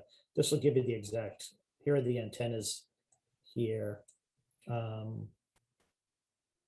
So one of them is 56 inches long. One of them is 95 inches long. And then where'd the other guy go? No, he's small. He's 33 inches high by 20 inches wide. And then these are, 13 inches wide, 24 inches wide. So, they do vary in size, but, none of them are unusual for the technologies that all the carriers are using. Okay. Abby, anything from staff to add or? No? No, I don't have any comments at this time. I just suggest your standard couple of conditions of approval. Okay. Board members, any questions for the applicant? Yes, thank you, Chris. Out of curiosity, how tall are the antennas that are there now? I believe the tallest one, is 62 inches now. So they're similar in size. There's other one 95. It'll just get mounted a little bit lower. So nothing's going to be higher than the tank. Oh, great. Okay. The top of the tank is 90 feet high, and the center line of the largest antenna is 86 feet. So it would be covered. It wouldn't go over. And again, the view shed of this tank is almost non-existent to begin with. Understood. Okay, thank you. Any other board members with questions? Okay, don't see any questions. If you are, Abby, do we have anyone on phone call? There's no one on the phone, so if there's anyone here in the audience, they can raise their Zoom hand. Wait a second for that.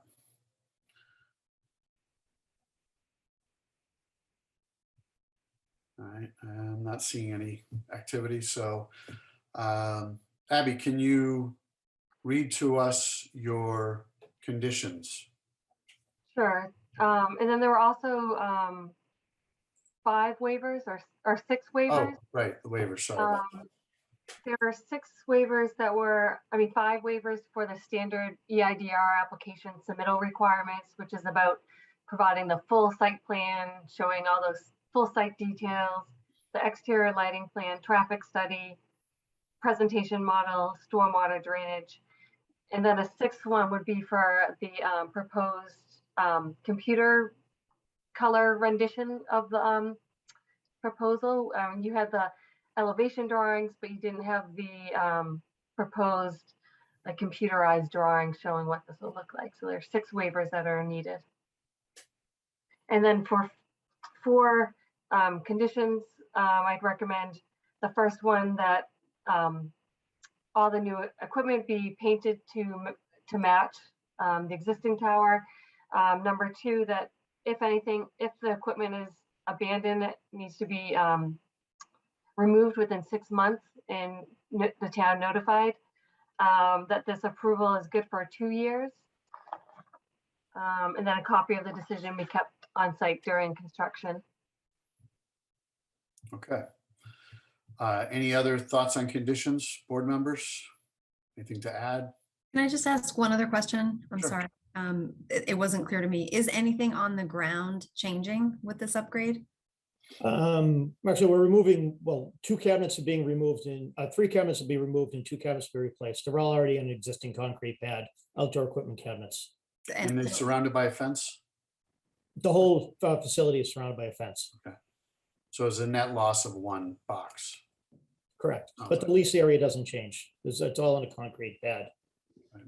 Thank you. Okay. All right.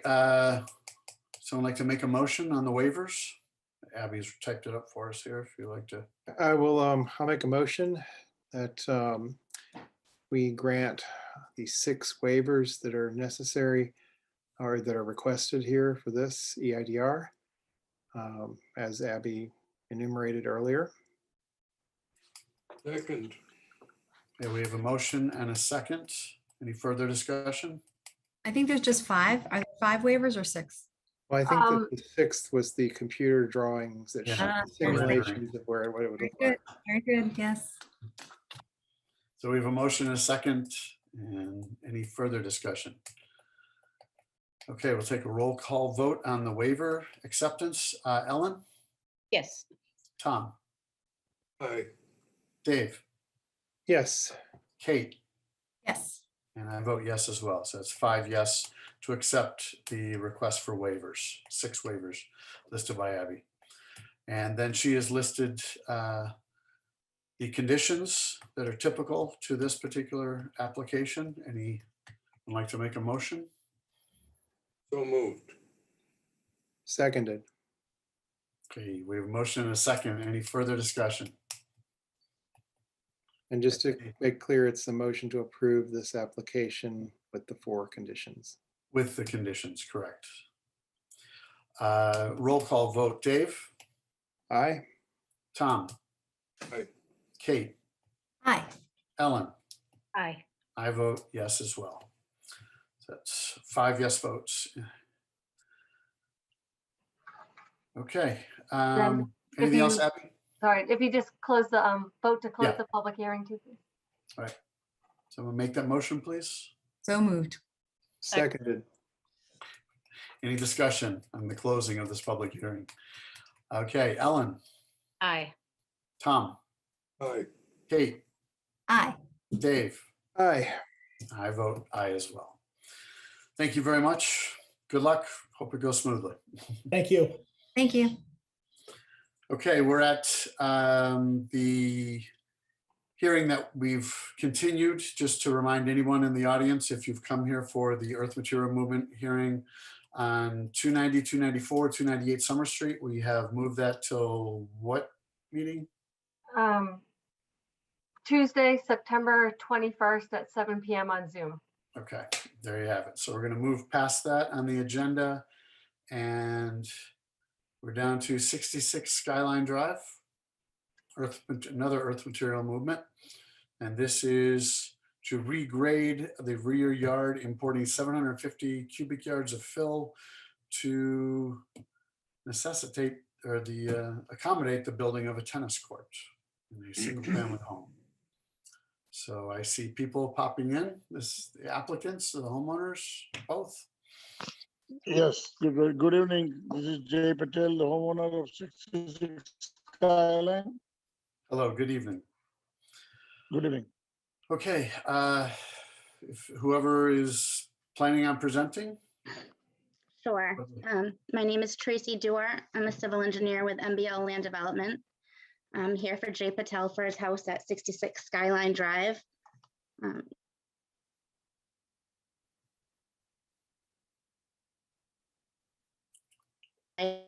Tracy, you just froze on us here.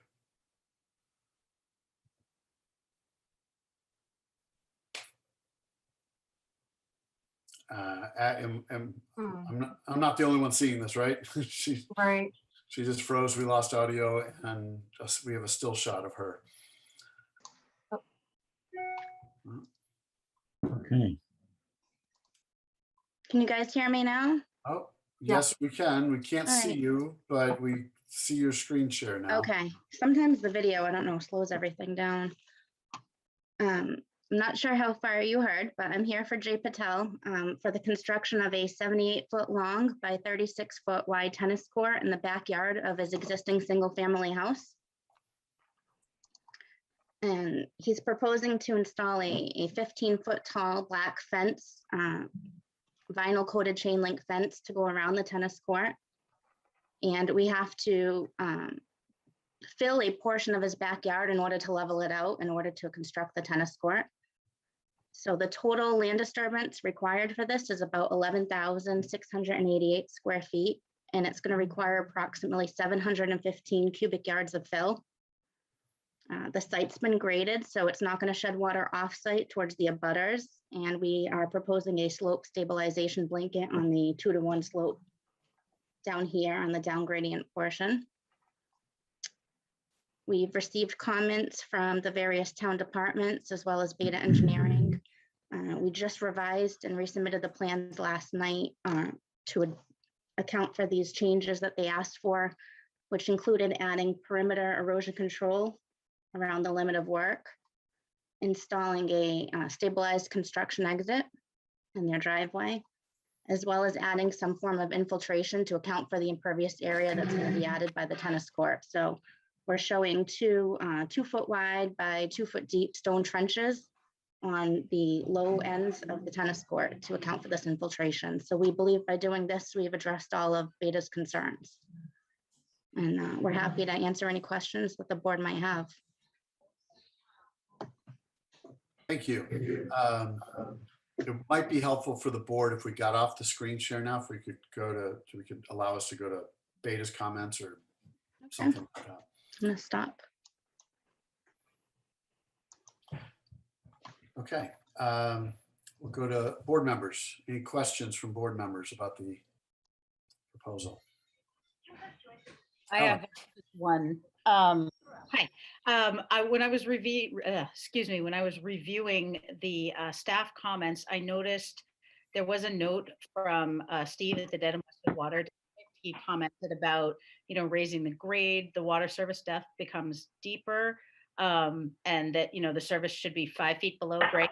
And his comment was this approval from him assumes the earthwork won't be causing a change to that. So I just wanted confirmation that his assumption is correct. Yes, his assumption's correct. The water comes in the front of the site, so there's no impact to that. Perfect. Thank you. Okay, yes, Tom. How much fill are you bringing in? 715 cubic yards. And how many trucks will that require?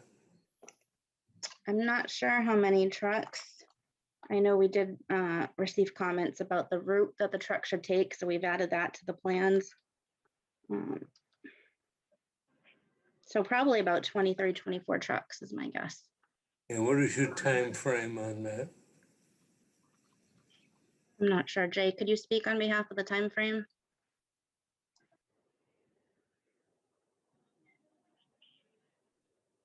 You're Can't hear you. muted.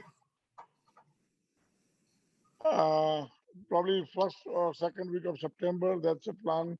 If we get approval today, we can do that for within a time frame of the second week of September. But how many days will you be running trucks in this? I mean, they won't do more than like 3 or 4 days if they have to do. My contractor can get better answer, but if they have to do, they're probably 3 or 4 days. They can fill in. And when during the day will you be doing that? We can ask the town, whatever the specific time that you guys allowed, we can tell them to bring on a specific timeline that you guys can tell us and guide us. If it has to be a specific time, we can tell the contractor that they have to do on a specific timeline. Thank you. Abby, what are our hours? Just to Right. remind the board and listeners. Our construction hours are 7 a.m. to 7 p.m. Monday through Saturday, and then noon to 7 on Sundays. Oh, definitely we can work those hours, no problem. We definitely don't want to work anywhere night times or anything. And we'll want to make sure that all the neighbors are good with it. And so we will be considering that, we can do it afternoon time. There's no traffic or anything. Okay. Any other board members with questions? No? Okay, Yo. Yes, I did just want to make sure that we're not talking about any lighting for this. There is lighting proposed around the tennis courts. We submitted a lighting plan. I could put that up if you want. I'm interested in seeing that. Sure.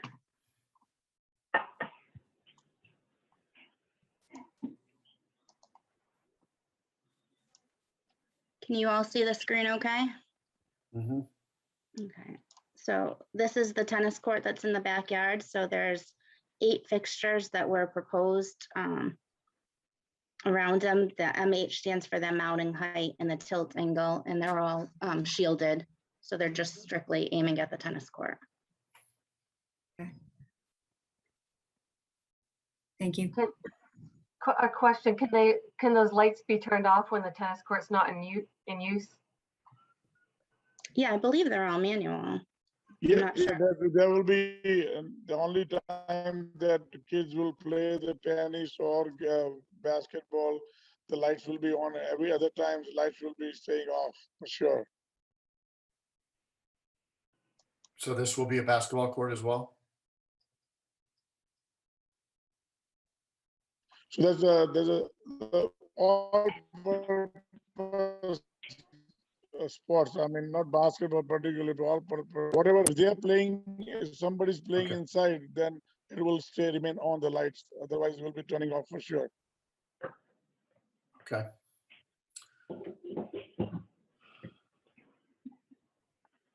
Okay, any other board members, questions about the earth material movement special permit? And I know that there has been a Mr. Dunn who has been out here for this, and just if he has any questions, give him the opportunity to ask now. I'm actually on the phone. I think Tracy has done a good job presenting everything. Okay. Okay, thank you. Okay. Sorry. So I think she's pretty much covered it. But I was here. Okay, good. Just wanted to give you a chance. I know you had asked some questions, had some communication issues earlier, so you've rectified that. So I just want to give you a chance to chime in if you wanted to.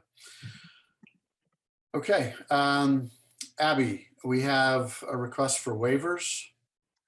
Yes, but this is a public hearing. Oh, yeah, sorry. I did ask about Brian, but if there's any in our attendees who are interested in asking a question,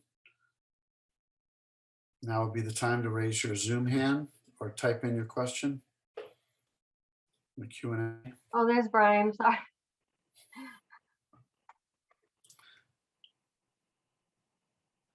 Better late than never. Here I am. Thank you. And I am not seeing any activity. Abby, are you seeing anything? No. Okay. Okay, we passed the public comment portion, so we do have some waiver requests. Can someone like to enumerate what those are? Maybe make a motion? I think it was the standard EIDR waivers that are typically asked for the earth material movement, which is the traffic study, the exterior lighting plan, and the presentation model. Okay, So motion to waive those, what are we calling them? Sorry. Grant the. grant the waivers. All right, grant the waivers. Thank you. Grant the waivers. Okay, we have a motion, Moved. a motion and seconded. Okay, roll call vote. Dave, Yes. Helen, Yes. Tom, Aye. Kate, Yes. and I vote yes as well. So the waivers are granted. Actually, I forgot to say, the lighting plan wasn't needed because they did provide that, so you don't need that waiver anymore. So it's Right. Yeah, you got it anyway. Okay, conditions. Abby, I think we typically go over the route yeah. trucks And are to take. and I had provided in the planning board's packet and sent to the applicant a draft list of conditions. It looks like Tracy presented a revised plan. I'm sorry I didn't see that. So if you could just email that to me after tonight's meeting, and I'll just verify that also with Beta. So the first condition I'd recommend is for myself and Beta just to review that final revised plan prior to any building permits or prior to any fill being brought on site. The second suggested condition is to protect the existing pavement on Skyline Drive from the loading and unloading of the equipment and vehicles. Number 3 is that the crushed stone entrance is cleaned regularly so that the dirt's not tracked out onto the road. And number 4 is about verifying from a professional provide a verification that the material being brought to the site doesn't contain any hazardous materials. So usually it's tested, or if it's coming from a company, they might be able to provide something. That should be submitted to the planning office prior to bringing any fill in.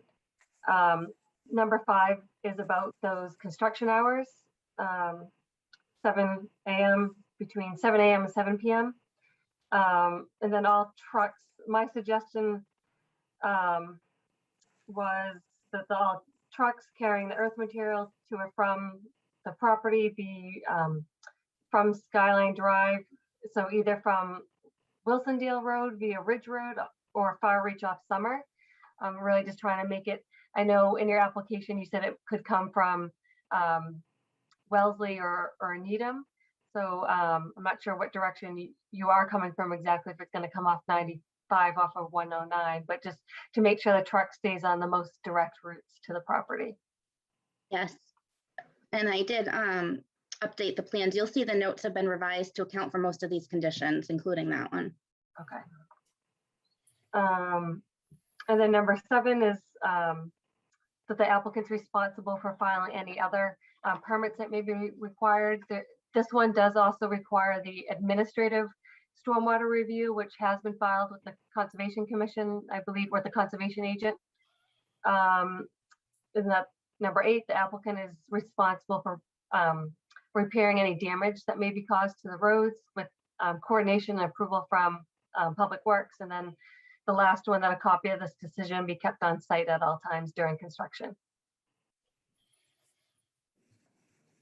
Okay, we have the list of conditions read. Any discussion on those from board members? I'm sorry, you said something, Tom? I didn't hear. I thought I heard somebody say something, sorry. I do not, no. Okay, sorry. Do I have a motion?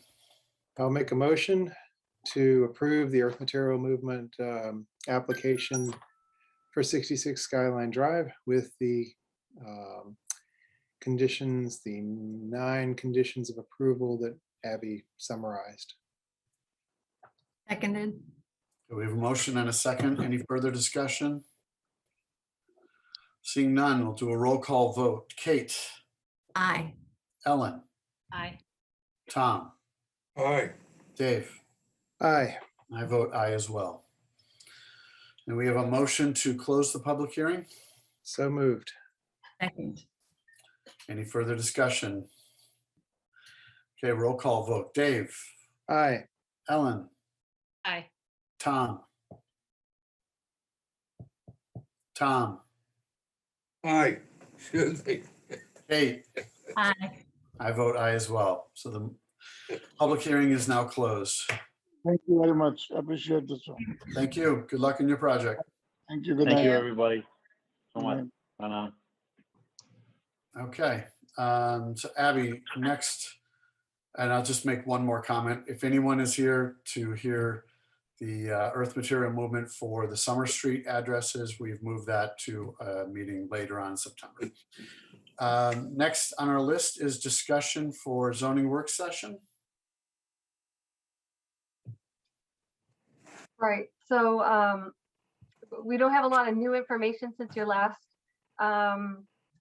session. I think I did provide in your packet the solar zoning amendment. I sent the the first draft from your last meeting. I sent to the building department, and the building inspector, Mike Perkins, reviewed it and had some comments that I think were good ones that I made those updates and provided them in the packet.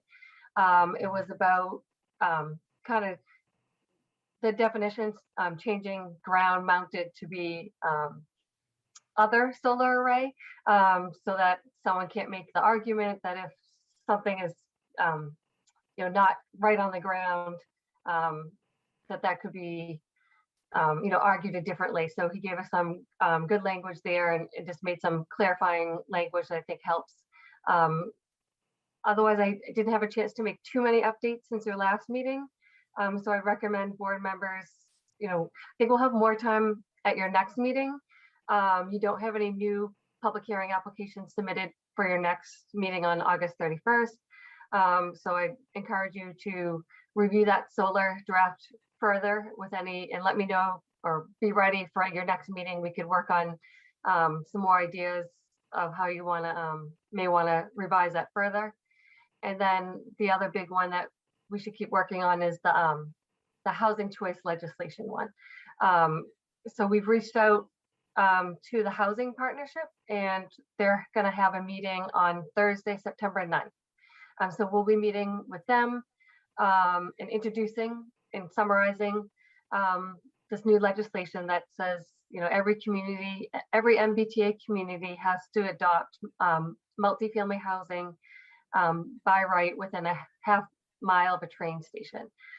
So we'll introduce that, go over that with that committee. And then I think going forward, the plan would be, we'll try to talk about this at all of your meetings, at your public meetings, and then we can invite other groups to attend your meetings. And then we can also, attend their meetings when time permits. But I'm thinking that at your meetings, when you have time on your agendas, invite them so that we would have a work session, a public work session at your public meetings. So that will depend on your agendas.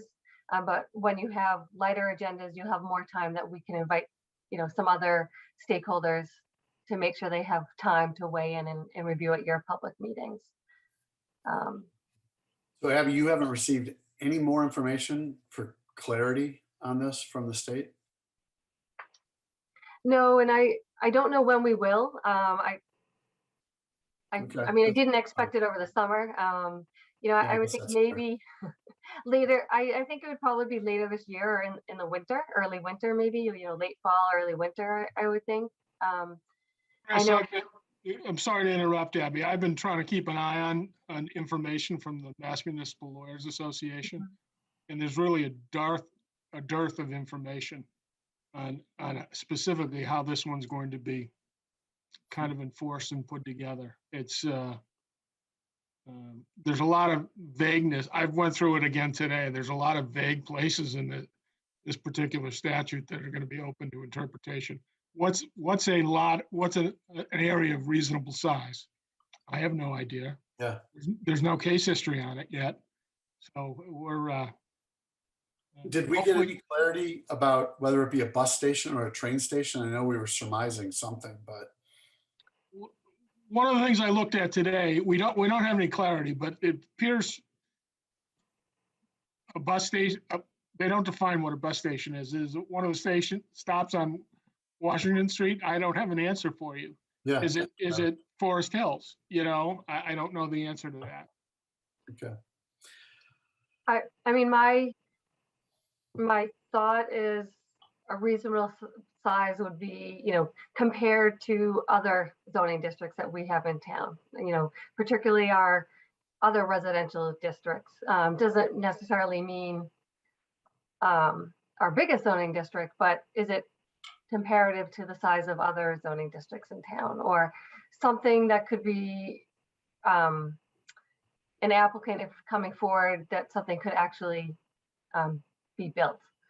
I would think that would be a kind of a general rule of thumb. What is our current smallest zone? for a Abby, lot? so I thought about this a little bit also, went back and looked at it, and I put some slides together, just my own thinking about it and all, and could we take a look at that? Just, I wanted to share it with people, but can't just email it out. So I put a couple of things together to help visualize like how we might think about it. Can I share it myself, or? Yes, you should be able to Oh, share. please do. Let's see, let me make sure I've got, let's see, share.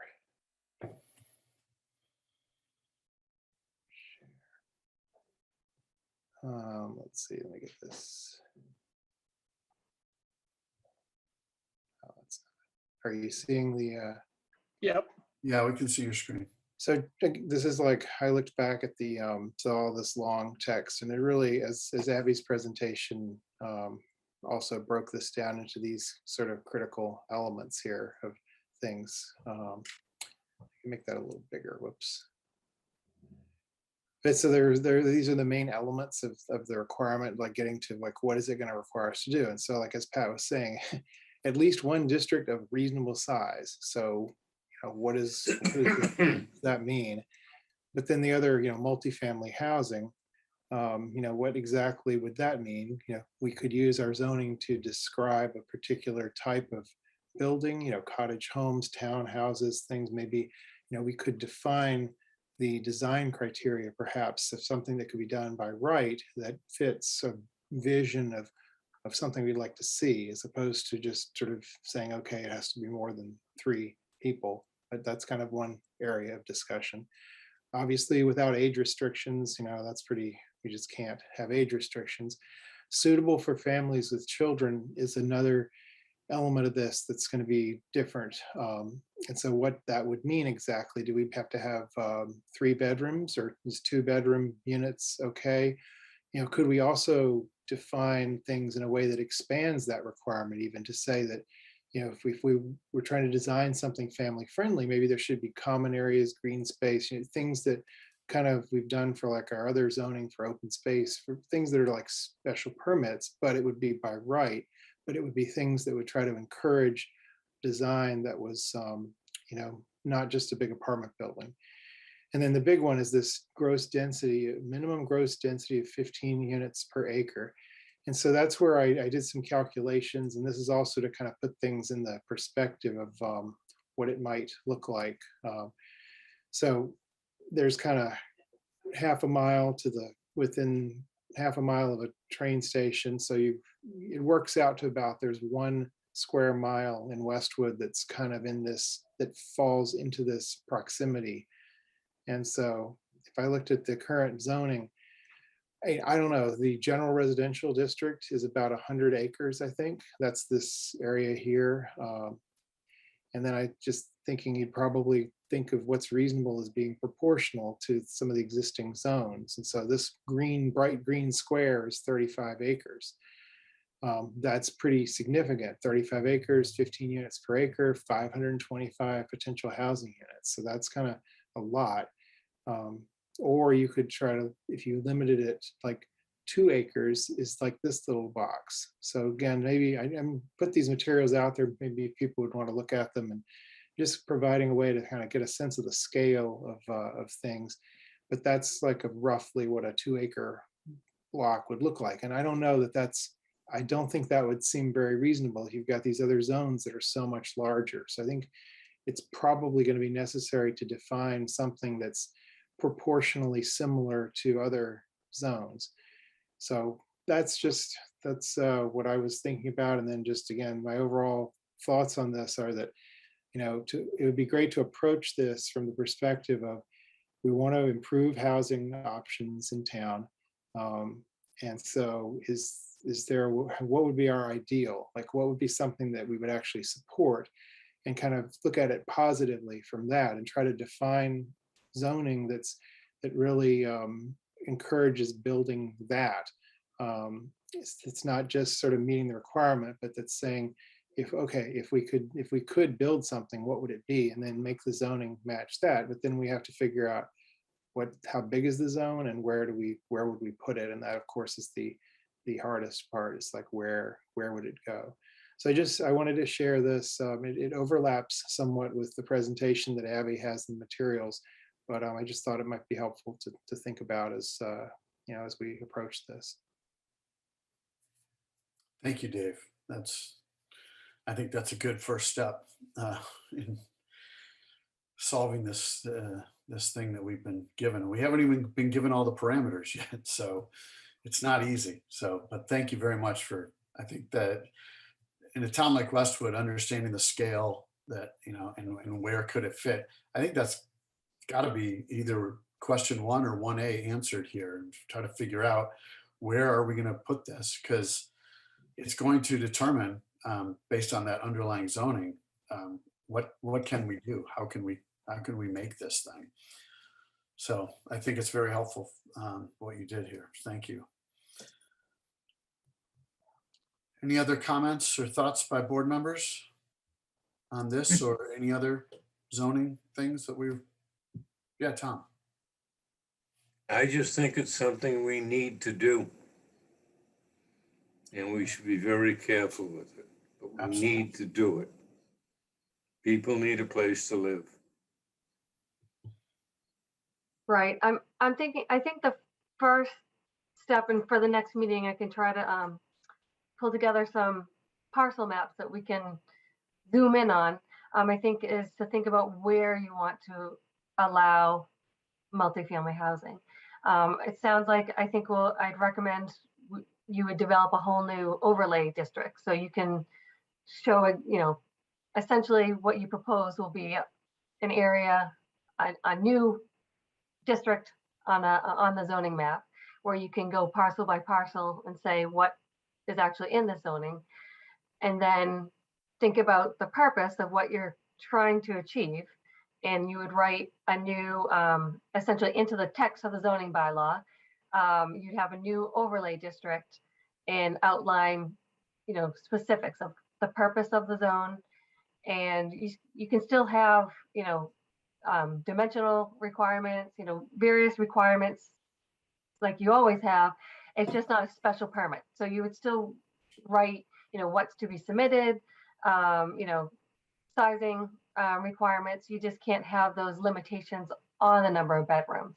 So usually it may say nothing about bedrooms, or if you really want it to be, encourage family housing, one approach that some communities across the country take is, requiring a minimum, requiring 3 bedrooms, maybe a percentage of 3 bedrooms or something. Or generally it's not restricted. So I think in our age restricted, we have a limit of no more than 2. So if you want to encourage family housing, then you could require some 3 bedrooms, a portion of some 3 bedrooms. But I think the first thing is we should think about where you want to allow it, and then how exactly. And then as you move forward and throw out ideas, we'll work on a draft. And so it essentially have a new section of the zoning bylaw, and instead of it being a special permit, it would be an EIDR, environmental impact design review. So that's still an application process that comes to you for a public hearing, and abutters are notified, and that can all be spelled out. That whole process can be developed and spelled out in the zoning. Great. Abby, you have those slides that Dave just shared with us? Yes, I uploaded them to your packet Yeah, okay. Thank you. late I didn't today. see them. I was Late gonna ask today, if you so could you send probably them. haven't seen them yet. I didn't see them in my packet, but thank you for doing that. I'll take another look. There's also an article in there from about designing family housing stuff. I just found it's from Seattle, so it's a city, but still it talks about some of those things of like the types of structures and things you might want to do. Again, I'm keep thinking of this as like different from the idea of a large apartment complex, but things that are that would be high density, but more of a more of a village community feel. Okay. I wanted to bring up just something I've been thinking about, and that's going back to the solar. I know last meeting we spoke, I think the consensus of the board was everyone wanted it to be the ground mounted to maintain a public process. And as I understand, since our last meeting, the zoning board approval has approved their first application on this. And Abby, can you shed a little color on this of what they've approved? Right, there was a ground-mounted solar array approved on Sandy Valley Road. That was, I think, in July, and that's all I know. It was approved. There was some, concerns from the neighbors about what it would look like and why it couldn't go on the roof, but it was ultimately approved by the zoning board. So this is the first one to be approved in our town, right? By this process, at least, Yes. ground mounted? Yep. We have numerous roof mounted. I just want to, I don't want to necessarily go to town meeting to make a change, request a change that the planning board now take care of this because we think we're better than the ZBA and we'll handle this better.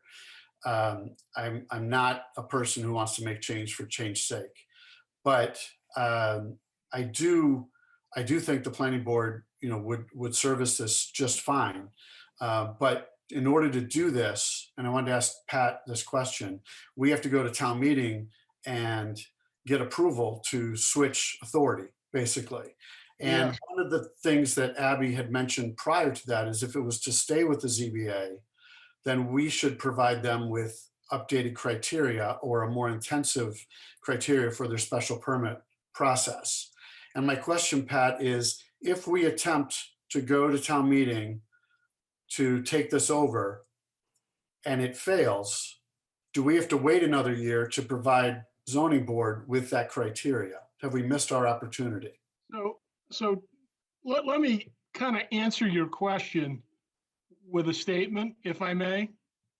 Chapter 40A, Section 3 states of Massachusetts General Law, no zoning ordinance or bylaw shall prohibit or unreasonably regulate the installation of solar energy systems or the building of structures that facilitate the collection of solar energy, except where necessary to protect the public health, safety, or welfare. So it doesn't matter who is going to oversee it. That's still law. So the only way you can prevent an alternative solar energy collection system, if it's going to harm the public health, safety, or welfare. That's pretty direct and strict. But yes, if you go to town meeting and it fails, you probably have to wait a year unless you can turn it around for an annual town meeting in the fall, which we haven't had too many of. So the answer is yeah, if you strike out, or if you write something that the AG doesn't agree with, you're off to the next town, the annual town meeting. We pretty much stay where we are until. Yes. the next- Yes, but I believe that 40A has been a catalyst for the zoning board to look at this and want to comply with Massachusetts general law. Ellen, I know you had your hand up while I was talking, so. Sorry, just so I don't forget. I went to the WEAC meeting last week, and this discussion was continued there from previous conversations about it. And one of the aspects that was brought up there that I thought was interesting, as far as which board should really was the appropriate board. It's not a question of, we think we're better than they are. It was from a perspective of the zoning board's purview is to issue special permits or variances. And because this is a by right thing, it really shouldn't be treated as a special permit, whereas we do the EIDRs, which is purely a review. And that was kind of what came out of that for me. It was like the support to move it to planning board was because that's really where it should be, because there should be no discretionary aspect to it. And it's really not a special permit that should be issued because it needs to be by right. So I don't know if that factors into how we approach it or whether it matters to this board as far as if we were to take it to town meeting and present it that way. But I just thought I'd share that. That's what came out of the conversation at the WEAC meeting. Well, Thank you, Ellen. That was most helpful. I have a suggestion, Chris. Yeah. I think you should probably pick up the phone and have a discussion with Jack Lally, who's chairman of the ZBA. Yeah. And kind of feel out where he's looking, how he looks at this, so that at least you can go back to your respective boards and say, I had this conversation with the opposite chairman. This is what we collectively thought. Now I need your input. I agree. I think that could be very, very fruitful. And again, the only reason I brought it up was to just reconsider it. If we strike out, as Pat put it, at town meeting, then we're not doing anything for a year and a half from now, at the earliest, possibly up to close to 2 years from now. So I wanted to just clarify from Pat that is what would happen. Yeah, I mean, you can't change zoning unless it's at a town meeting and it's a 2/3 vote, I just wanted to verify that in a public meeting here. And I think if we do take it over from the zoning board, it's very similar, I think, in some ways to when we took over earth material movement. And I know many people here don't remember with the time when ZBA had that, but when we took it over, it was the first opportunity that people had to talk to the planning board about single family home and development of a single family home. And there was a lot of confusion. People were there coming to our meetings, fighting a development of a single family home, not understanding that all we were there to talk about was the movement of earth and dirt, and that it was outside our purview to talk about the actual home. That's up to Joe Doyle, the building inspector. So I think there's a possibility that we could have a similar reaction with this, with abutting neighbors thinking, this is my chance to shut it down because I don't want to look at it. So we're going to have to make that political stance and say, it's really out of our hands. I know you think we have control here, but we don't have control as far as aesthetics and things like that. We can do screening and things like that, but I think that is a very possible outcome when you have an upset neighbor about what's going in next door. So this board and future people on this board, whatever, they need to be aware when we take this over of what it could mean for this board and the processes. And frankly, we haven't dealt with a lot of earth material movements with contentiousness since the first couple of years that we had it. So it has smoothed out. Maybe the education process has made its way out to the populace, but and I hope that's the case. But that's just something that I've been thinking about since our last meeting and how this could not go bad, but some of the negative aspects of this if we take this over. So I just wanted to clarify from Pat that one thing and then that other aspect.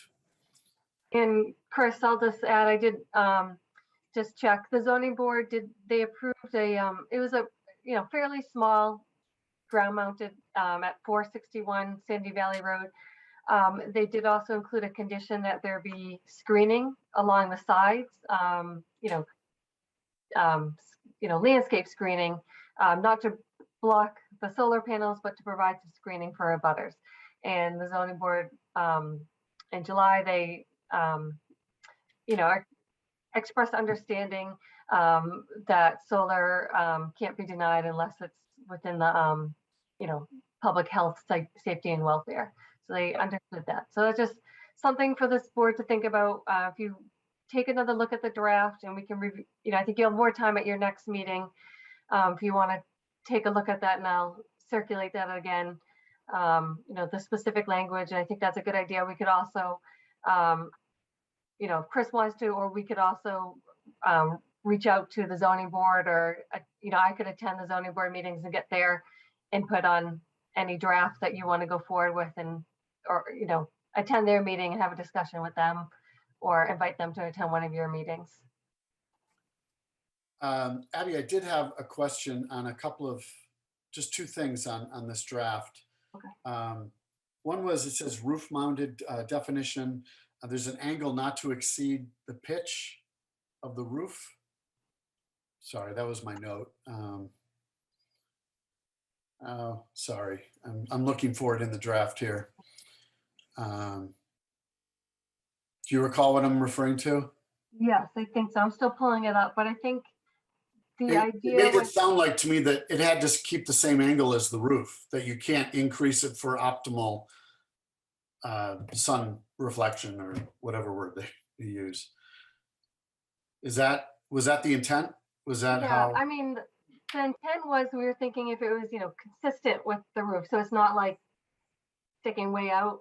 In that case, that would bump it to the EIDR, the way this, if it's the same pitch and angle as the roof, then it would be straight to building permit. That was what we were trying to get at. I could just see some solar company come in and say, yeah, you could do it this way, but if we raise the bottom 3 feet, you'll get this much more. And I don't know if we have a contingency for that, or we can do something. And this is roof mounted, obviously. So anyway, that was just something as I was reading through it. And the other on 7.7.4 submittal requirements. I didn't see anything in here about the site plan requiring indicating setbacks. And are we talking about setbacks the same as a structure on the house, on the side yards or backyards? Or is it like a basketball hoop and can go almost right up to the property line? Or is this like a shed regarded as? I thought I included some suggested setbacks in here. Let me see where they are. I think section 7.75 in this draft. Yeah, it says dimensional regulations. I see that. Must comply, but it doesn't say anything about being on the plan submitted. Okay. Oh, okay. Okay. So we can add that, yep, to the show. I just didn't see it. And if I misread it, I'm sorry. Okay. Anyone else have any other comments on the solar or the housing? Yeah, Or anything else? I just wanted to say a huge thank you to Dave for the work that you did. I am so happy to get your slides and review them. I really, really appreciate it. Thank you. Yeah, thank you very much, Dave. All right. Any other topics to discuss? I just, first of all, I also want to thank Dave. I really like the approach that you're taking. I actually did see those slides uploaded prior to the meeting, and I didn't realize you had created them. But I like the idea of envisioning what we would want to see come in and then designing the bylaw to that criteria. I think that's that's a really solid approach. The only other aspect I wanted to talk about, and I know some of the materials, if it's possible for us to include, an affordable housing requirement as part of whatever we draft, I absolutely support that. I think that for many reasons, that's the right thing to do. I think, it would actually ensure that there would be reasonably priced housing included with whatever gets built when this new law takes effect, but also would offset any concerns about what will adding all these new units to our denominator do to our SHI inventory. So if it's something that would not be borne out by whatever these new laws and requirements are, I think that's something we should absolutely include. To Abby's point, we include it with other, multifamily developments. It's not like we're singling this particular thing out. So, and Abby and I had a discussion about this very topic today, Ellen. And as I thought about it logically, I think we're well within our rights to want to, if we're going to expand the number in the denominator, as you put it, I think we're well within our rights to have an affordable component to a project to ensure that we stay within, within the acceptable levels for our SHI. And that, I think, is something worth going to bat for, if you will, moving forward, if with a new zoning bylaw. And I think it protects open space in town, among other things. So I agree from a legal perspective with what you've just said. Excellent. And you need to know that your town planner is right on top of all of this all the time. Oh, yes. No, I actually had talked to Abby earlier, and what I'd said to her offline was, considering the point of this housing choice law is to create additional reasonably priced, not affordable with a capital A, but even, reasonably priced housing in communities like ours. I wouldn't understand if the state pushed back on us saying, we're requiring that any developer that comes in to do this has to make sure that they offer a portion of these new homes at a reasonable price. So, but you never know. Sometimes it gets strange sometimes, but I would like to do that for many reasons. So thank you. Hey, Thank you, Chris. I did just want to caution us when we talk about affordable. I appreciate wanting to address the affordable issue. I am concerned that if we create an area within the town that has a significant proportion of our affordable units, as well as a significant amount of our multifamilies in town, that we're not creating a homogeneous community, and that we might want to just consider ahead of time, if someone's going to be building, do we allow them to create affordable units off-site within the town? What do we want to do? Because I don't think we want a half-mile area, whatever it is, of suboptimal. Pat, are you aware of any by right developments that have an affordable compulsion? Not off the top of my head, no. I'd have to do some research on that. I see that as the biggest stumbling block here. Seems like the state doesn't want any obstacles whatsoever for a developer to make multifamily housing in these zones, and Right. to mandate that they sell them at a lesser rate, I think is a big obstacle for a developer. So But yet the state mandates that we keep 10% or a certain percentage of our land with affordable housing. So it would be incongruent for them, in my opinion, to not allow us to do that. But that's just my opinion, and I'm a long way from that opinion making anybody move on Beacon Hill. Yeah. Okay.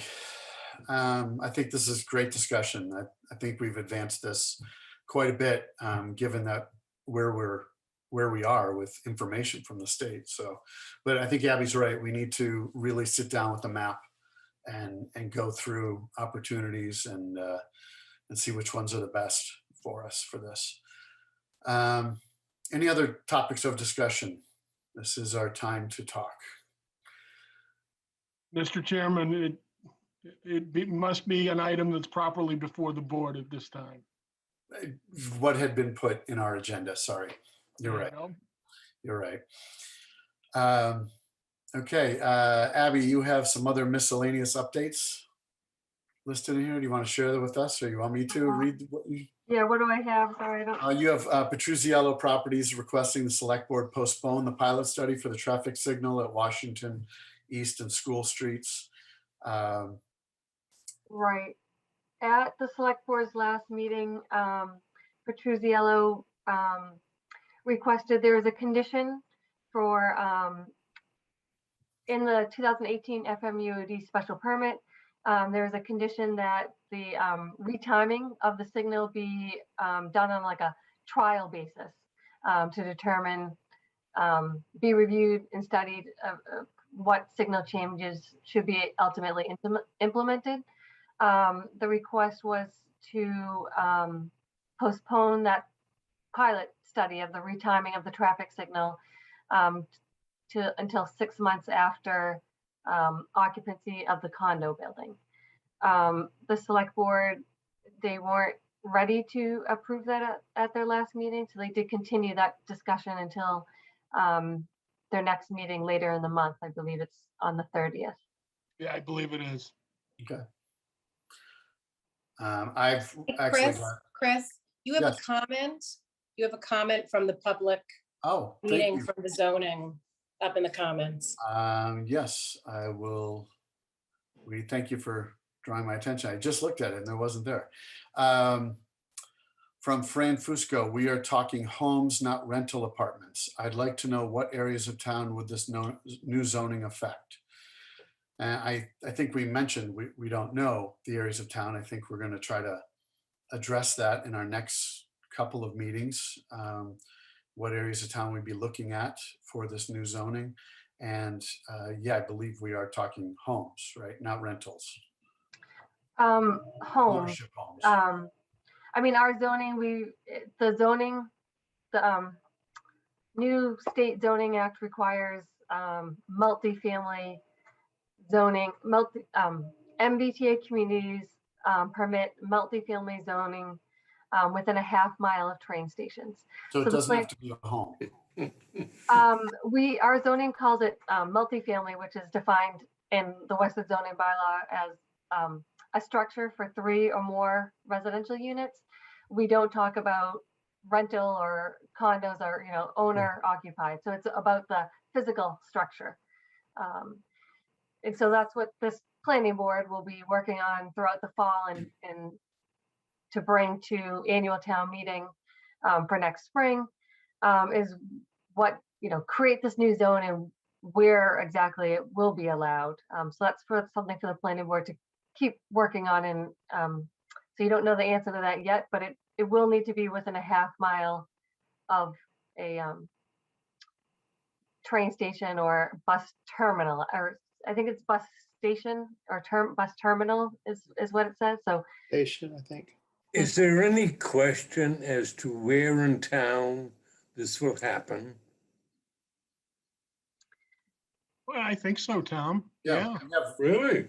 2 train stations in our town. And Yeah, You're both in Islington. no, we have University Avenue. There's a slide in the deck that has the circles drawn on it. So There'll be nothing west of 109, I can assure you of that.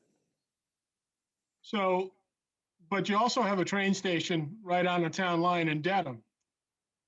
Right. Yeah, I asked that question. Could we consider that? Can we use that as a train station if we're within a half-mile of that? yes, so It's still in Islington. I can't dispute that, Tom.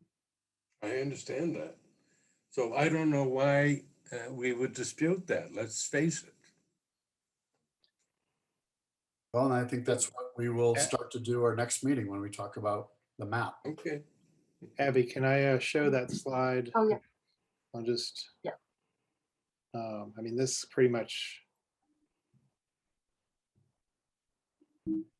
So, I mean, if, again, there's that question of like, what about the bus stops and all, but you've got the Islington commuter rail and the University Station. And so this is a 1.5 mile radius.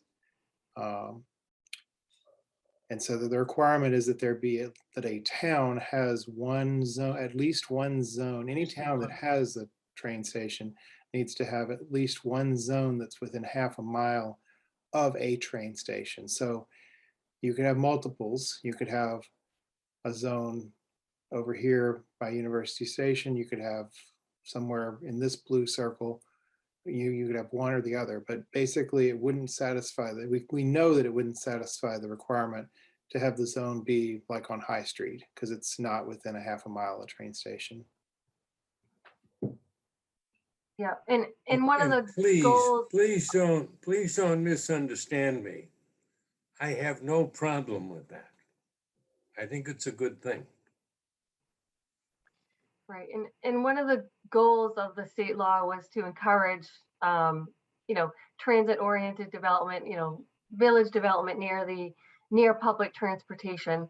So that's why they have that requirement, is so that it's not being in a location that is not accessible. And not to get mired down in minutia, but we don't even know if they're measuring a half mile by as a crow flies or a street. So we can only just kind of guess right now as to what direction. We also don't know if the whole area needs to be within a half mile or if only half of it or a part of it. Part of it, Or if right. it needs to touch a half mile. That half mile is not clearly defined from a legal perspective. So I think we have to move forward knowing that whatever progress we think we're making, we may have to shift on the fly if more information is given that flies in the face of what we just did. Yes. All right. Okay. Any other discussion? Okay. I think we had meeting minutes from July 20th meeting to discuss and approve. Everyone have a chance to read these? Yeah, they look great to me. Yeah, I thought they did too. Actually, it made me remember a lot more of the meeting than Yeah. I did. So I I guess have reviewed them and I'm fine with them. I Yeah, had no. I had one little edit where is it, Abby? It's I forget exactly, but it was, Dave had mentioned, can we make them do solar? And we'll just change that to say, can we, what was your suggested language, Dave? Can we I don't know. encourage them to, can we require sustainable designs such as solar panels? I just don't, I think, do solar sounds very. You're so good, but I did say, can we make them do solar? You know what I meant.